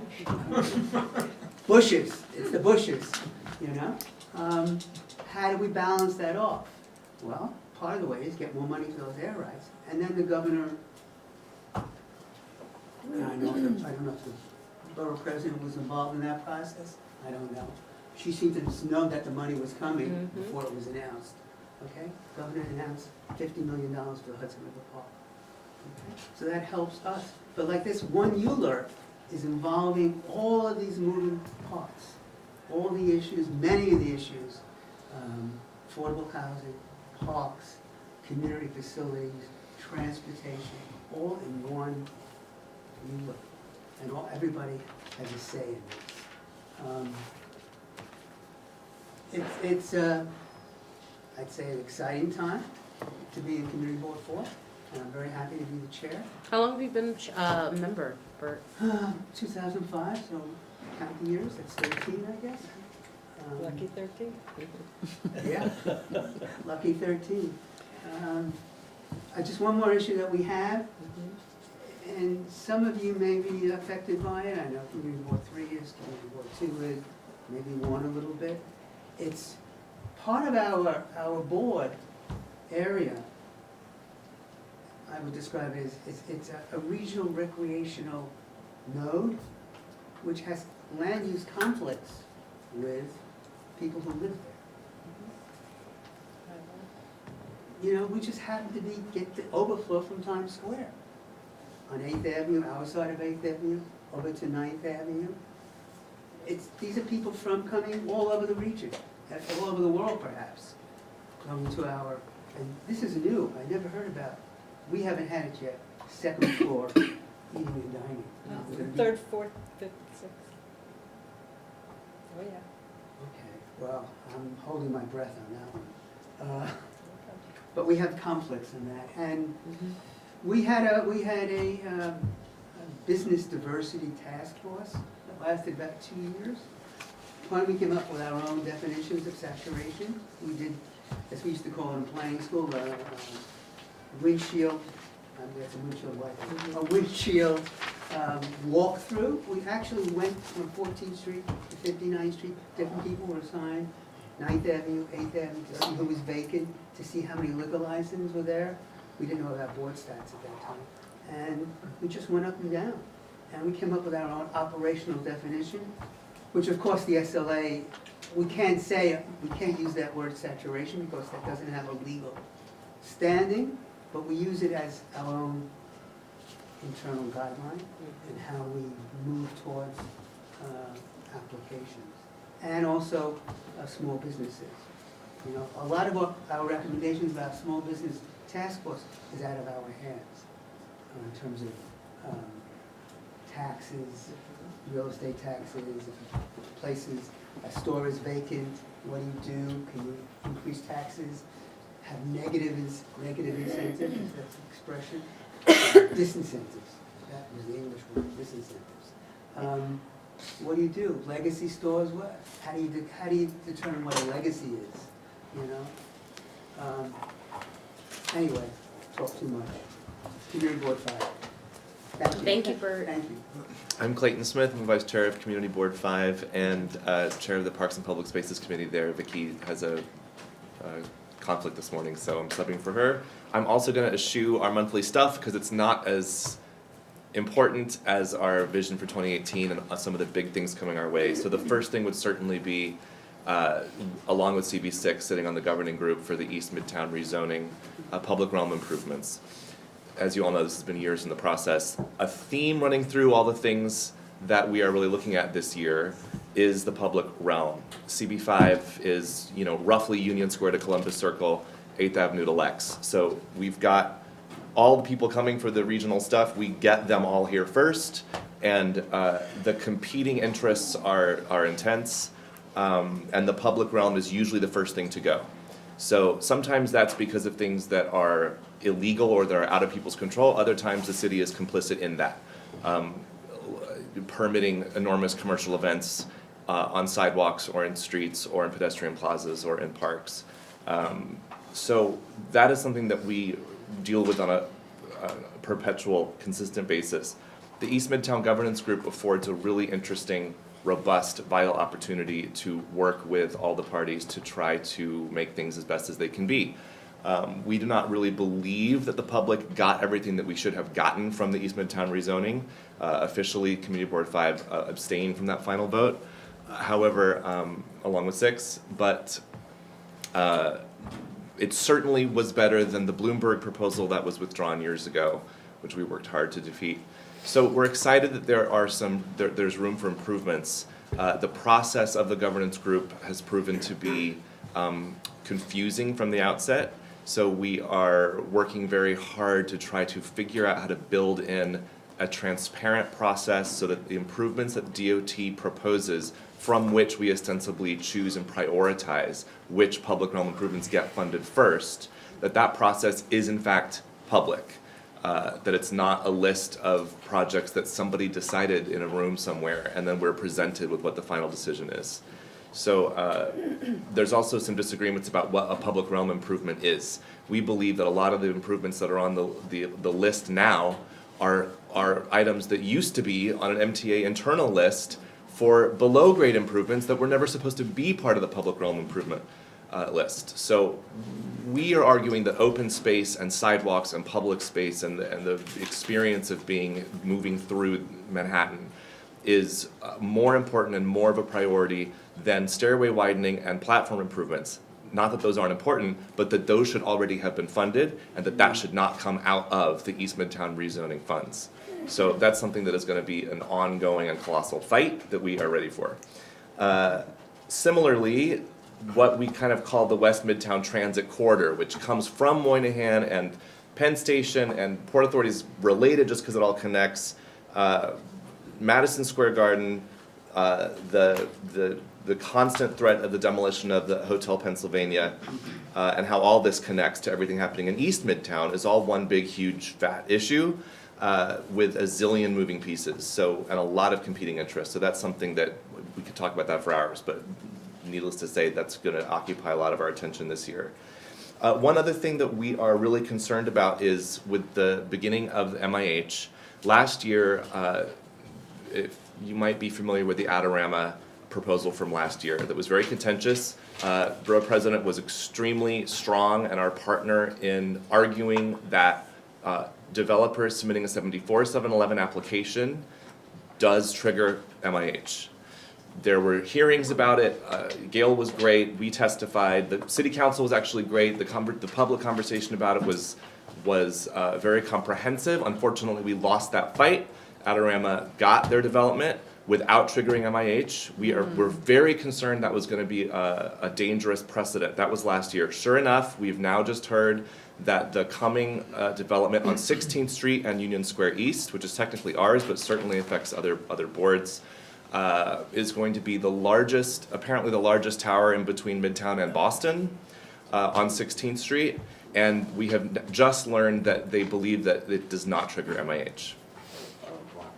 Because 74-711 is 74-711. not land use, it's aesthetic, but it But triggers land we use believe that is not in the spirit of the law, and the Yes. borough president agreed with us. Unfortunately, now precedent is not on our side, so it's going to be an even harder fight. So that is coming. Similarly, one thing we're going to look at is getting some 421A experts to come and speak to our board and committee, mostly because the changes to the law are obtuse at best, and we want to be very sure that we're clear about what that's going to mean for us. The spirit of the law is that if you are receiving city subsidies, you should not be able to avail yourself of 421A. But the disagreement is, what is a city subsidy? Right. And conveniently, anything suddenly is not a city subsidy, and we believe that everything that you're getting assistance or a waiver or anything like that is a subsidy. So we're also on a constant fight about double dipping. for developers using 421A. And finally, just as far as public realm, the sidewalk stuff, the newsstand application situation is bonkers. We've never gotten more. We reject newsstand applications for the same intersection multiple times a year. There's nothing in the regulations that stops people from applying for a newsstand at 42nd and 7th or wherever. It's nuts. And because of due diligence and having a public hearing, we still go out and do the posting on the streetlights and add it to the agenda and have all this time. And these applicants are paying money to have their application heard, and we try to tell them, like, save your money. You know, and what's crazier is that DCA does not work with us on this. They're not interested in improving this. They do refund the money when an applicant is rejected, so at least we got that improvement done. But the newsstands are one of many, many components where we feel that the city could be doing better at working with the community to alleviate congestion in sensible ways. And if you clear a new public space like a pedestrian plaza, or we're gonna get the plaza at Vanderbilt, or what's it called, you know, south of Grand Central, Pershing Square, and these new plazas of 41st and 43rd Street and all this stuff, if you're going to create an open space using language about for the public benefit and to alleviate congestion and improve navigation, then don't put in a kiosk, don't put in a restaurant, don't put in a marketing event, and don't put in a food market that occupies a space for 2 months out of the year so you can get lunch for $25. So we don't believe that is the public benefit, and we are in a constant fight in the most commercial district in Manhattan to keep the public's awareness about what priorities should be. Thank you so much. Molly. Well, Molly Hollister, new first time here as a chair of the Community Board 6. We're 14th to 59th, Lexington to the East River. And I've been on the community board almost 13 years, so I was transportation chair for many years. But in a total agreement with all these issues, especially the affordable housing and congestion, traffic congestion, and all of those issues. And amen to all those things you just said, because we're, you know, butt up against all those Grand Central, and we have a very big problem with open space. We're the least served, I'm sure you've heard that over and over, but we are the least served community board with open space. So I just have a few things. We are homeless right now. We're in the 13th precinct, the sub basement of the 13th precinct. I know we have help from Gail and our city council, and Ben Kalos is really fighting hard for us. So we're looking at a space now. So that's a big issue, and I'm trying to open my notes here. We went in front of the DCP yesterday, and we went in front of DCAST yesterday, and Jesus, our district manager, and Claude Winfield presented, at the hearing for 195. So it's moving forward. The East Side Resiliency, we were talking about that. So our land use committee is working with that now, and they're coming to us again in February. And we have a ULURP coming before us this month for 33rd Street. They're tearing down 5 tenement buildings, and we have some, concerns there, but hopefully it's a 155 unit piece, 115 market rate units, and 40 affordable units in that new building. But that might be a little bit of a challenge for us. We have a couple of ULURPs coming before us in the next few months. And then we also have the Life Science New York City EDC is doing a request for expression of interest for this. It's a office wet lab space, and so hopefully we'll be tackling that. It's a public health lab now at 455 First Avenue, and I think they said it's in the next 7 years planning, but I feel like it's coming more quickly than that. So there are concerns with that space, and that's it. I'm excited to be here. Wonderful. Thank you so much, Thanks. Molly. Roberta. We have, I have been requested by the Land Use Committee to talk about my favorite topic, the super talls, poor planning. We are writing a letter to city planning. We are asking for a meeting with city planning, and we are asking, once we know when that meeting is, we will invite every board to join us. for all of the reasons that everybody has said, that it's just, we're facing 2 as-of-right buildings and possibly a third, with no planning, with no, no additional subways, no additional anything. We fought to get a new public school in the southern end of the district. We probably need to work on school space in the northern end.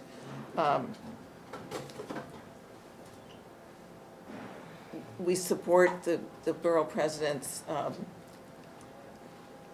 new quest for the changes to the city charter. It's just not right that a developer can come in and build a building, no affordable housing, no, we're working on affordable housing. We're looking to do a forum, helping tenants know what their rights are, and knowing who to go to get assistance. We have an urban fellow who's been wonderful, who was worked on our district needs statement, data for that, and is now working on a database for us using the existing databases that will make it easier for our board members to access stuff as she's been working with Neil, who I think is gone. Noel, rather. And she's also been in contact with, I guess, Lucian. So once we have that in place, we will gladly share it. And some of our public institutions and museums are doing tremendous outreach to children and whatnot, and that we don't know about. So we're going to create a task force to look into what they're doing that's beneficial to our community as well as the rest of the city. What's the name of the task force? Doesn't have a name yet. Okay. Is that it? Wonderful. Thank you so much, CB7. CB8. I'm Alita Camp. I'm new, so I'm glad to be here. We're 59th to 96th Street from the park to the river and Roosevelt Island. For us, the big issues are zoning. There is no zoning on 3rd Avenue, 2nd, 1st, and York, and we're trying to get height limits on buildings. There's a lot of opposition from the city. There's a lot of community support for the height restrictions. So the borough president's office has set up a meeting with DCP, and we're trying to establish the height limits. Affordable housing is a huge issue. There's a tower going up, I think, on NYCHA land. We're trying to get it all to be affordable housing since it's public land, but I think the administration wants only part of it to be affordable housing, so that's a huge issue. There's another issue over whether a piece of land is a park or a playground, which determines whether the tallest building between Midtown and Canada will go up there. So that's a big issue for us as well. Small business, of course, is important. I was at the mayor's town hall last night, his last one for Ben Kalos's district, and asked about small business, and apparently there's going to be a fight that the mayor the mayor supports in Albany about potentially taxing overlong vacancies by landlords. So he mentioned a couple of times the need for enthusiastic and consistent community support. So just alerting everyone, since you've all raised small business as an issue. Waterfront and Esplanade are issues for us as well, with cars on the Esplanade. The train, someone on Roosevelt Island mentioned that they can't get on the trains, the F train, because it's coming from Queens and it's full and people miss a lot of trains. So it sounds small, but for the people in Roosevelt Island, it's pretty big. And the crosstown buses, the MTA has eliminated a number of buses on the transfers from on 68th Street and 72nd, 79th Street, and the community's been fighting the elimination of some of the buses on those routes. People also can't get on the buses and wait. So those are among the issues before our community board, and thank you. I'm here to learn from all of you. How long have I been on the board? I'm really new. This is only the second year of my second term, so I'm really 3 years, 2.5 years. You jumped. Yeah, so I don't know about that. It was when the whole election process was very interesting, but all along I was cautioned that it was a very, very, very small chance that I would actually be here. So here I am. What can I say? But I'm glad. CB9. All right, good morning, everyone, and Happy New Year to you all. And welcome to the new chairs. So just a couple of things that's happening now, and then I'm going to go into the bill for a larger vision. So this Saturday, we're having a re-envisioning session workshop for the RKO Hamilton Theater, located at 146 and Broadway, pretty large structure. Previously a theater at some point. So what we're basically asking is the community to come in and give ideas on what the theater building could be reshaped into. We got an overwhelming amount of support and interest in this. Initially, we were only expecting around 30 to 50 people. So far, we have over 100. So basically, we're just going to ask them what they're thinking, what it could possibly could be. I'm also supposed to have a meeting today with the owners. I don't know if you might be able to make it, but someone from the housing committee will be there, just so we can get an idea of what their intents are and how that will need to work with what the committees is working on. So actually, this is a collaboration of 3 committees coming together: landmarks and parks, housing, and arts and culture. And that kind of is something that we're trying to do a little bit more cross-work between committees, not be so siloed in what you're doing. We typically offer committees up to around $1,000 that we can do an event, whether it's a workshop or some type of activity to foster collaboration with the community and also foster the community. And so this is one of these events, and we're very much looking forward to it. So that's from this Saturday, from the 10th to 1 up in so it's going to be at City College at the R.N. Davis Hall. They're giving us a space there. And I forgot to mention CB9 is West Harlem. It goes up all the way to 155th down to 110th Street for Riverside, West Side River, and then going on. Sometimes it's St. Nicholas Avenue, other times it's Morningside. There's a dip where it goes on Edgecombe and comes back, but it's a lot of, sometimes I don't know where I am, 9 or 10. Today we're having a vote on our bylaws. I mentioned it to you. Actually, the date the Borough President's Office gave me recommendations was the day we were actually supposed to have our vote. We postponed that vote. The bylaw subcommittee went into reviewing the recommendations by the Borough President's Office and seeing how well, not necessarily that we have to have everything in there, but how well we were matching up any things that were not necessarily considered ours. They did go back and revise that, and it's been quite a lot. So we're hoping to put it to bed tonight and move forward on new bylaws. There are a couple of large things that we're looking at. We are looking to, and I've spoken to Lucille about this, to address the mass incarceration issue, specifically within CB9. At some point, we'd like to have discussions with CB10 and 11, potentially 12 for Manhattan, and as well as we get a little bit further in determining how we proceed with this, to speak a little bit more about it with the other boards. But one of the things that we're trying to have anchored is a community bail initiative. Community bail is basically to support various individuals that are currently housed in prison, or in jail, I should say, for not being able to afford bail. Oftentimes it's $200, $300, $400, $500, and they are just in prison because they can't do that. So there are a variety of organizations we're in conversation with to kind of give us a better idea of how this will shape out. We're obviously going to have a conversation with the President's Office. We have reached out to Columbia University, and they have agreed. They have a prison initiative, and they will be working with some of their students to take this on as a practicum. We have reached out to a couple of community-based organizations, one in Brooklyn, one in Bronx, that are already undertaking this, and we'll be speaking to them to kind of get an idea of what that structure might be.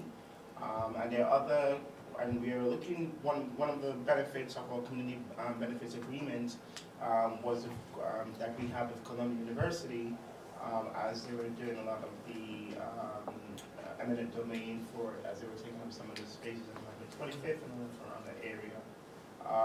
We have the West Harlem Development Corporation that is funded by Columbia.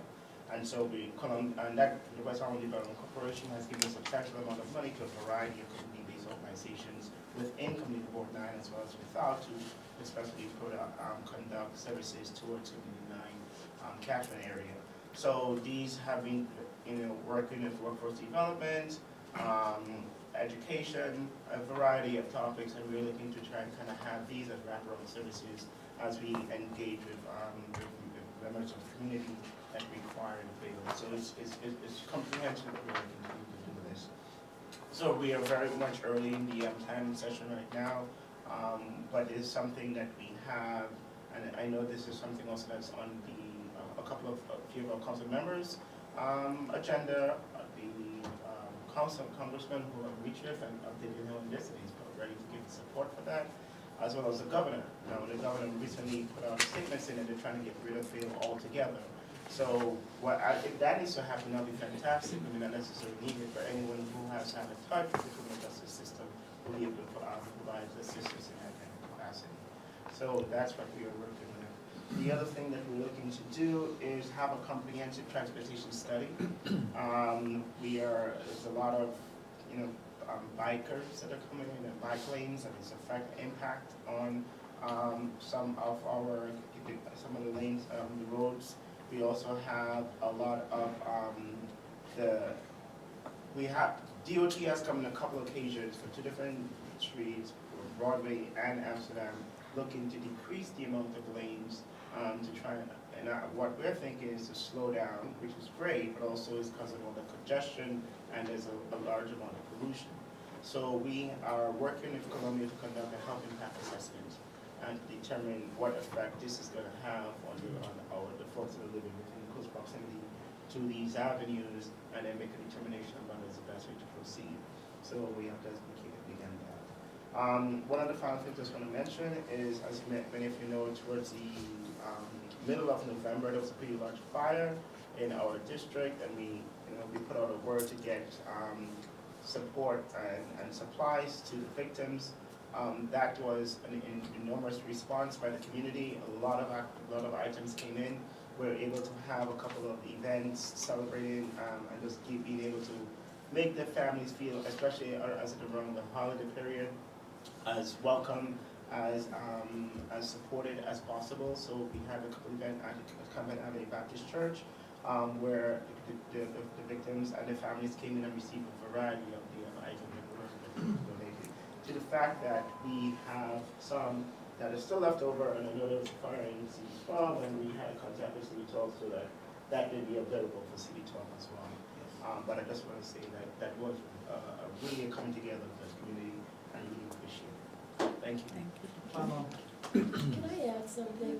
I neglected to mention the Marine Transfer Station is a really big deal in our area. It may sound like a NIMBY thing, but frankly, it doesn't belong in any residential area. There are significant health issues, environmental issues, safety issues.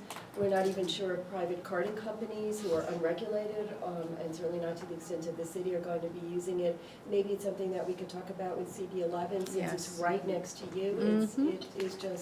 It's just crazy. So last night, the mayor instructed Ben Kalos, the city council member, to have a forum. And so this was just something I sent to the chairs of the environmental committee to have CB8 sponsor that, so it would be wide open to everybody. The commissioner in charge will be there answering questions. So I think we're trying to do that in mid-March, or sometime in March. And thank you. Yeah, absolutely. I'm also going to just say, in terms of if there's ever, a fire, any sort of disaster, that happens where emergency management and other city agencies have to come together, our office really will work with those, particularly for our uptown communities. We do have our district office, and so. And I can say that the board president's office was very helpful in this, very, very helpful, so I definitely have to be there. Absolutely, thank you. But Athena Moore, I'll call you in a minute. Athena Moore leads our Northern Manhattan office, so, you know, as needed, you know, if there is need for an additional space, if there's need for, you know, a space for donations, if there's a need for office space or for residents to be able to use a phone or a computer or anything, or to organize or to gather, our uptown space is definitely available for that in times of Can I just need. say one point at that? One of the things that we kind of got off from that was we were a little bit disjointed when that happened in terms of getting connected to various folks. Now I kind of have the board presidents, I mean, I had it before, but, you know, like group text, right? Hey, can we just get together and address this issue?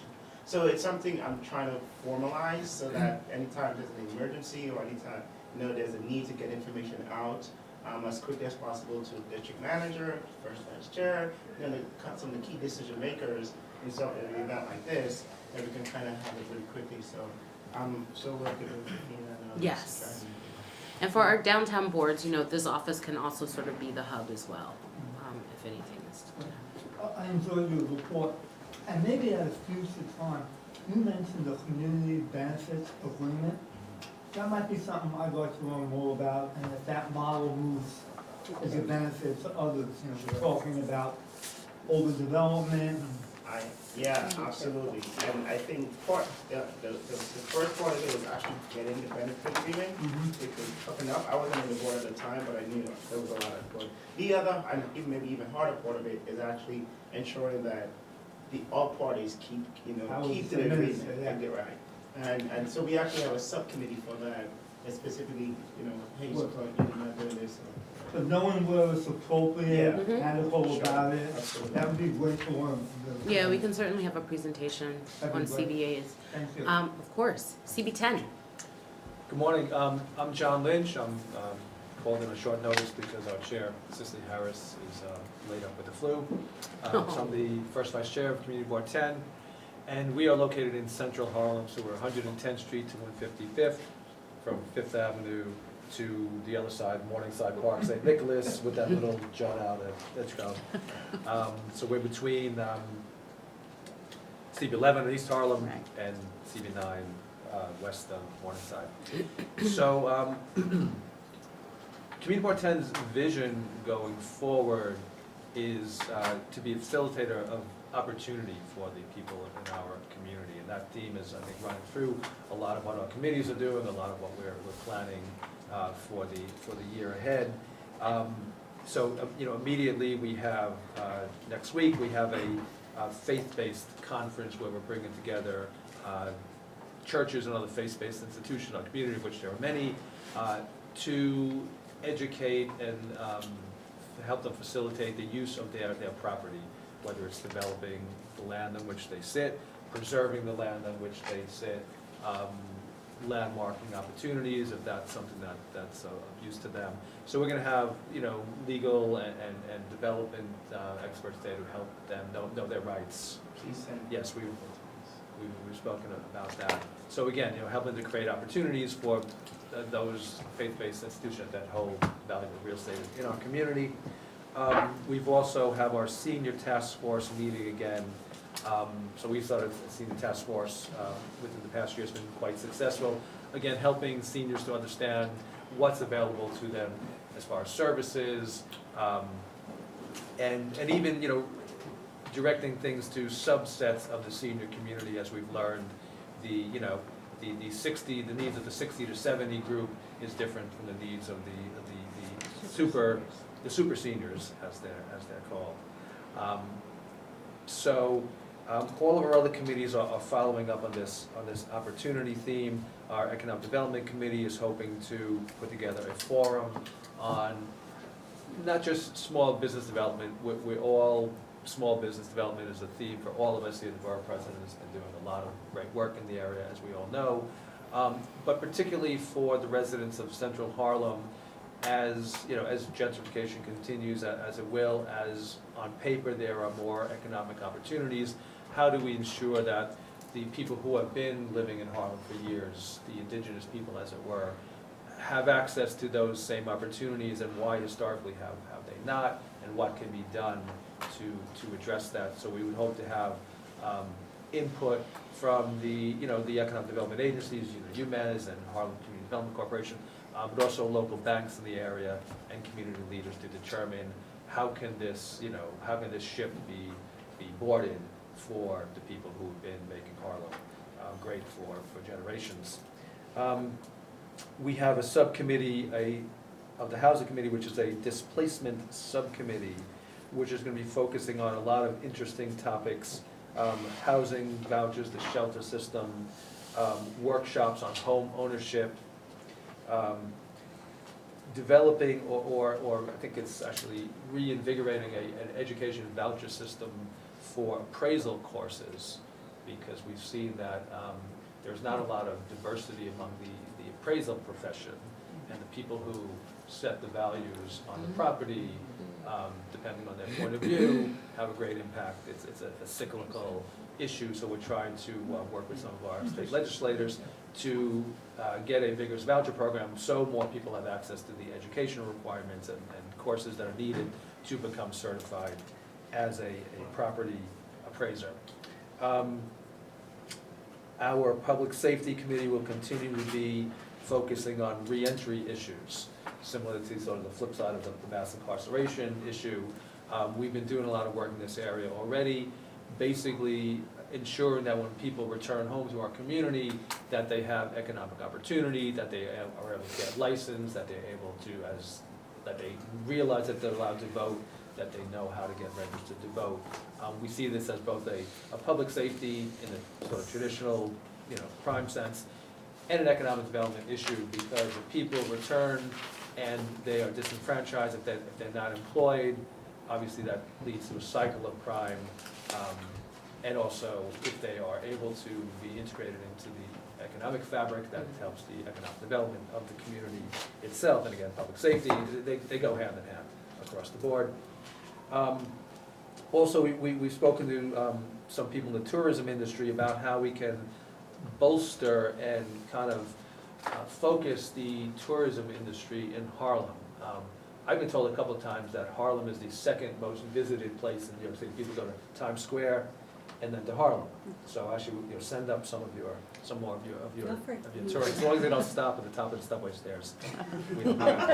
Oh, you bet them. But I mean, there are a lot of tourists, but they tend to come through on the buses. And they just stay on the bus and they don't stop. So I've been speaking to people in the industry about how to develop the brand, how to bring people in to actually go to the museums, to go to the jazz clubs, to eat at the restaurants, to stay in the community. Now, we actually have a tremendous lack of hotel space in Harlem. There is no full-service hotel in Harlem at the moment. We have the Victoria Theater Hotel that's gonna come up in, you know, maybe in no time. And the A-Loft, I think. The A-Loft, yeah, but the A-Loft by its own admission does not consider itself a full-service hotel. There's a lot of Airbnb activity because you can see the wheelie carts going back and forth. But we really want to both revitalize our Arts and Culture Committee, again in Harlem, which should have a robust Arts and Culture Committee. We feel like that can be developed more, and to work with economic development to help bolster and focus our tourism industry and attract more of that economy to Harlem. I'm getting a phone call, so I can't get my notes on this call. Just finally, again, home ownership seminars coming up, again, to increase the home ownership and housing availability to our residents. We've had a very successful Let the Youth Speak program the past couple of years, and we're going to have that again this year, where we bring young people in. We have some of our elected officials come. We try to have them speak less and have the youth speak more, and show them how they can get involved in, again, what does the community board do, what does community involvement look like, how can they get involved, how can they get on community boards at some point down the line. So again, without going on too much, really, the goal is opportunity, using CB10 as a facilitator to give opportunity in housing, in economic development, whether it's public safety, arts and culture. And we look forward to working more with CB9, CB11, CB12, and start to kind of summit on some of these issues that we all have common interest in. Thank you. Wonderful, thank you, John. You're welcome. Nilsa. Hi, everybody. Welcome to the new chairs. Hello to everyone. My name is Nilsa Rama. I've been on Community Board 11 since May of 2014, so it's 2.5 years. We are bounded from 96 to the south. We go up to 5th Avenue, to the west, we go to 142nd, then we go back down to the East River, and that includes Randall's and Ward's Island. So we're surrounded by you all. So one of the things that I wanted to say in terms of visioning before I read everything else is that I think it's important, as we all seem to be doing in the new year, is to taking stock of what our board is doing, how our committees are working, and where you have to adjust. And so that's where we are right now. We're looking at our committee attendance. We're looking at restructuring and renaming committees so they actually reflect what we want to do. We're looking at where we've been almost like pigeonholing ourselves in a certain topic and how we have to expand. And so I thank all of you for everything that you've been sharing, because you've given me quite a few ideas on where we would like to assess and take our committees. I look forward to working with the upper community boards, but I also am looking forward to visiting all of the community boards, because every community board has something to take away from it, and we all have a lot of common ground. So I wanted to share that as well. So I've been doing my red notes and my blue notes, and so I'm so some of the projects that we're talking about right now in Community Board 11 is we had the East Harlem rezoning, and the council passed that, and so they gave us an East Harlem points of agreement. So now we're moving forward with our tracker. We've created a tracker, and we are going to plug in, each committee's gonna plug in the points of agreement that pertain to them, so that we can track and make everyone accountable. So that, you know, in the past, we all get points of agreements, we get projects done within our boundaries, and then we get half or less than half of what we expect to do. And some of that is with changing of membership, not documenting, just different things like that. Each committee will be charged into creating what I'm calling a legacy document, where they will be enshrining the work they've done for the year and the important legislation and the important projects and the resolutions they've done, so that when new members come on board and you want to acclimate them, you can give them that sheet and they can read up a little bit of history on the board. I was fortunate in talking with Claude Winfield last month. He is the father of one of our treasurers on Community Board 11, who's no longer a member, Marie Winfield, and he gave me a lot of ideas. And one of the things that we were looking at was that the onboarding process for new members. CB 11 had some, and then some fell by the wayside, and different things happened. And so we're looking to get that back on track. So what I'm looking to do is have I'll say a working group really run by the new members that have come on board, to tell us what they're looking for, what they need, how they feel they can best acclimate. And with that comes mentorship, with that comes asking the members to attend at least the first 3 meetings of the executive board, so that they can meet all the committee chairs and they can get a sense of what each committee does. We are looking to fine-tune our mission statements for our committees. We are looking at our outreach. We are looking at everything, really. So in terms of projects, we have a lot of projects. Well, with the rezoning, there's, as you know, gentrification has been a big thing in East Harlem. We're like very hot right now, so we're looking at that. We also had the court system finally reach a decision on one of our property owners, Fancy Cleaners, on 125th. So that project that they have for the media and cultural center will be going forward. So that's something that we have within our sites.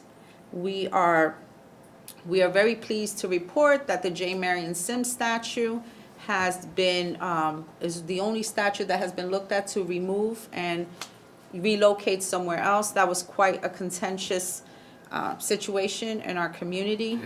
So I'm happy to report that is happening. We also have a big piece of, well, I call it a big landmark, La Marqueta, which is that hub there. And so things are moving along towards that. So there's maybe a creation of an organization called La Friends of La Marqueta, which will be a 501c3 that will work with EDC to help the vision for that piece of property. We're also getting on board the advisory board for the sanitation garage, which is due to be happening. At least discussions are underway with that. West Harlem had a Harlem Eat Up event, and we are talking with several players regarding doing something called the East Harlem Eat Up. So we're looking at that. Let's see. So many notes. Our project on the 96th Street project, which is 66 floors or 60 floors, depending on who you talk to. Right now, there's some contention about it because of the designation of the parkland that was there, whether it's alienated or not alienated. So we're looking at that as well.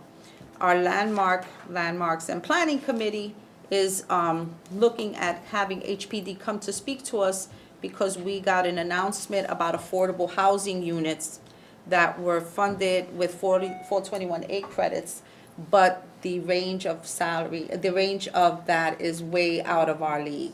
And so we wanted to get an explanation as to why they get to put that at New York City Housing Connect and give the appearance that it's affordable, let's say, for our community, when it may not necessarily be, and it's housed in our community as well.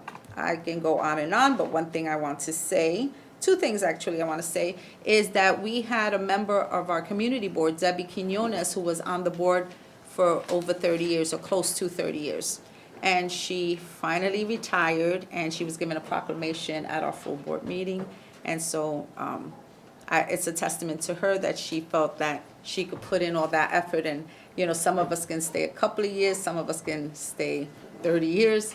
So I wanted to say that, I wanted to thank her as well. So there's a lot of things, going on in East Harlem. I look forward to working with everyone. I thank you all for your warm support. I have business cards for those that didn't. And I look forward to studying up on your structures, the committees that you think are essential to help improve our service to our community. Thank you. Good luck, right? Thanks. Thank you. CB 12. Richard Lewis, first vice chair of Committee Board 12. Charlie Lee, who is an attorney, was here early and he had to leave because he has a trial that he has to attend to. So welcome every new board chair, if I can do that. And our district runs from West 155th Street to the top of Manhattan. So it's Washington Heights and Inwood. We have a little small river to river, with the exception of a small area to the east. So let me just briefly go over 5 things I would like to talk about. Save Coogan's that we heard, I'll give you a little more details. The Inwood rezoning, which is about to occur. The attempted closing of one of our high schools. The major fire we had. And finally, what's going on at the George Washington Bridge. So, a little insight on the Save Coogan's. Within 2 days, 15,000 petitions, online petitions were gathered for saving Coogan's. Coogan's is more than just an Irish bar. It's a multicultural bar, worldwide famous. Since we are a track and field hub with the Armory, you can imagine the extent to which that uproar occurred. In addition, with all the social media, with Gail's Twitter account and Congressman Espaillat's also account, there were, within a week, 50,000 signatures. So that was quite a lot. It opened the door for them to go to Presbyterian Hospital to, in effect, see the president, and within 28 minutes, a new contract was met. So it was quite a successful thing, and we still have more fights to go. The next one is Save Galicia, which is a well-known Dominican restaurant that's been in the community over 20 years. That is a situation where it's owned by the Edelman family, so there'll be a tough negotiation on that one. The Coogan's rental was going to go from $64,000 a month to approximately $104,000 a month, which meant in effect that they would have to close, unless you wanted to buy a $99 hamburger. So, in effect, Columbia was pulling, since the restaurant business is very fragile in the city, as one of the owners says, Columbia was pulling the plug on a sick patient to begin with. So we're glad that that was settled. We don't know the terms, and I suggest that we probably will never know the terms, since probably there are other agreements. But we're happy to see that's happening. We're concerned about other businesses in the same situation, and we will be doing more with the Borough President's office to see that these empty storefronts, there is some changes going on in our community. We're in, the Inwood rezoning has been filed as of yesterday, the 16th, and it's been certified, and within, as of next week, we will have 60 days for our board and all the community to come up with a resolution of support. So already the materials are being passed out. The document, the certification document, is 900 pages. The Inwood rezoning has been going on since 2015, so this is kind of the climax of that. This is the 5th city's rezoning, I believe, and so there's a lot that this board has planned to do to handle that, with all the committees having their input, a public hearing, and a lot of other work that will go into it. There was an attempt by the district superintendent to close one of our high schools. This is one of the smaller schools, the 4 small schools at George Washington High School campus. It is the School of Health, Careers, and Sciences. The Borough President's office has strongly objected to it. So has Councilman Udonis Rodriguez, Senator Marisol Alcantara, Congressman Espaillat, and a few other people are going to voice their position shortly on that. There's a meeting on February 12th with the Chancellor and the District Superintendent. The reason they are claiming they want to close the school is because of low graduation rates, not taking into consideration of other progress, including higher graduations at other schools in that same school, which have even lower ones. So there are some contentious issues which are being addressed, and hopefully we can save that school per se. We've had a 7-alarm fire at 775 Riverside Drive that was put out within 9 hours. It was a very major fire that went through the dumbwaiters and into the loft space on the roof. It was very hard to take care of. Those families who have been displaced, the building is vacated. The church was helpful in getting shelter and getting food for those displaced families. Councilman Levine has done the same things he did with the fire in Community Void 9 for, again, the one that they had on Broadway. So there'll be more work done to help those individuals.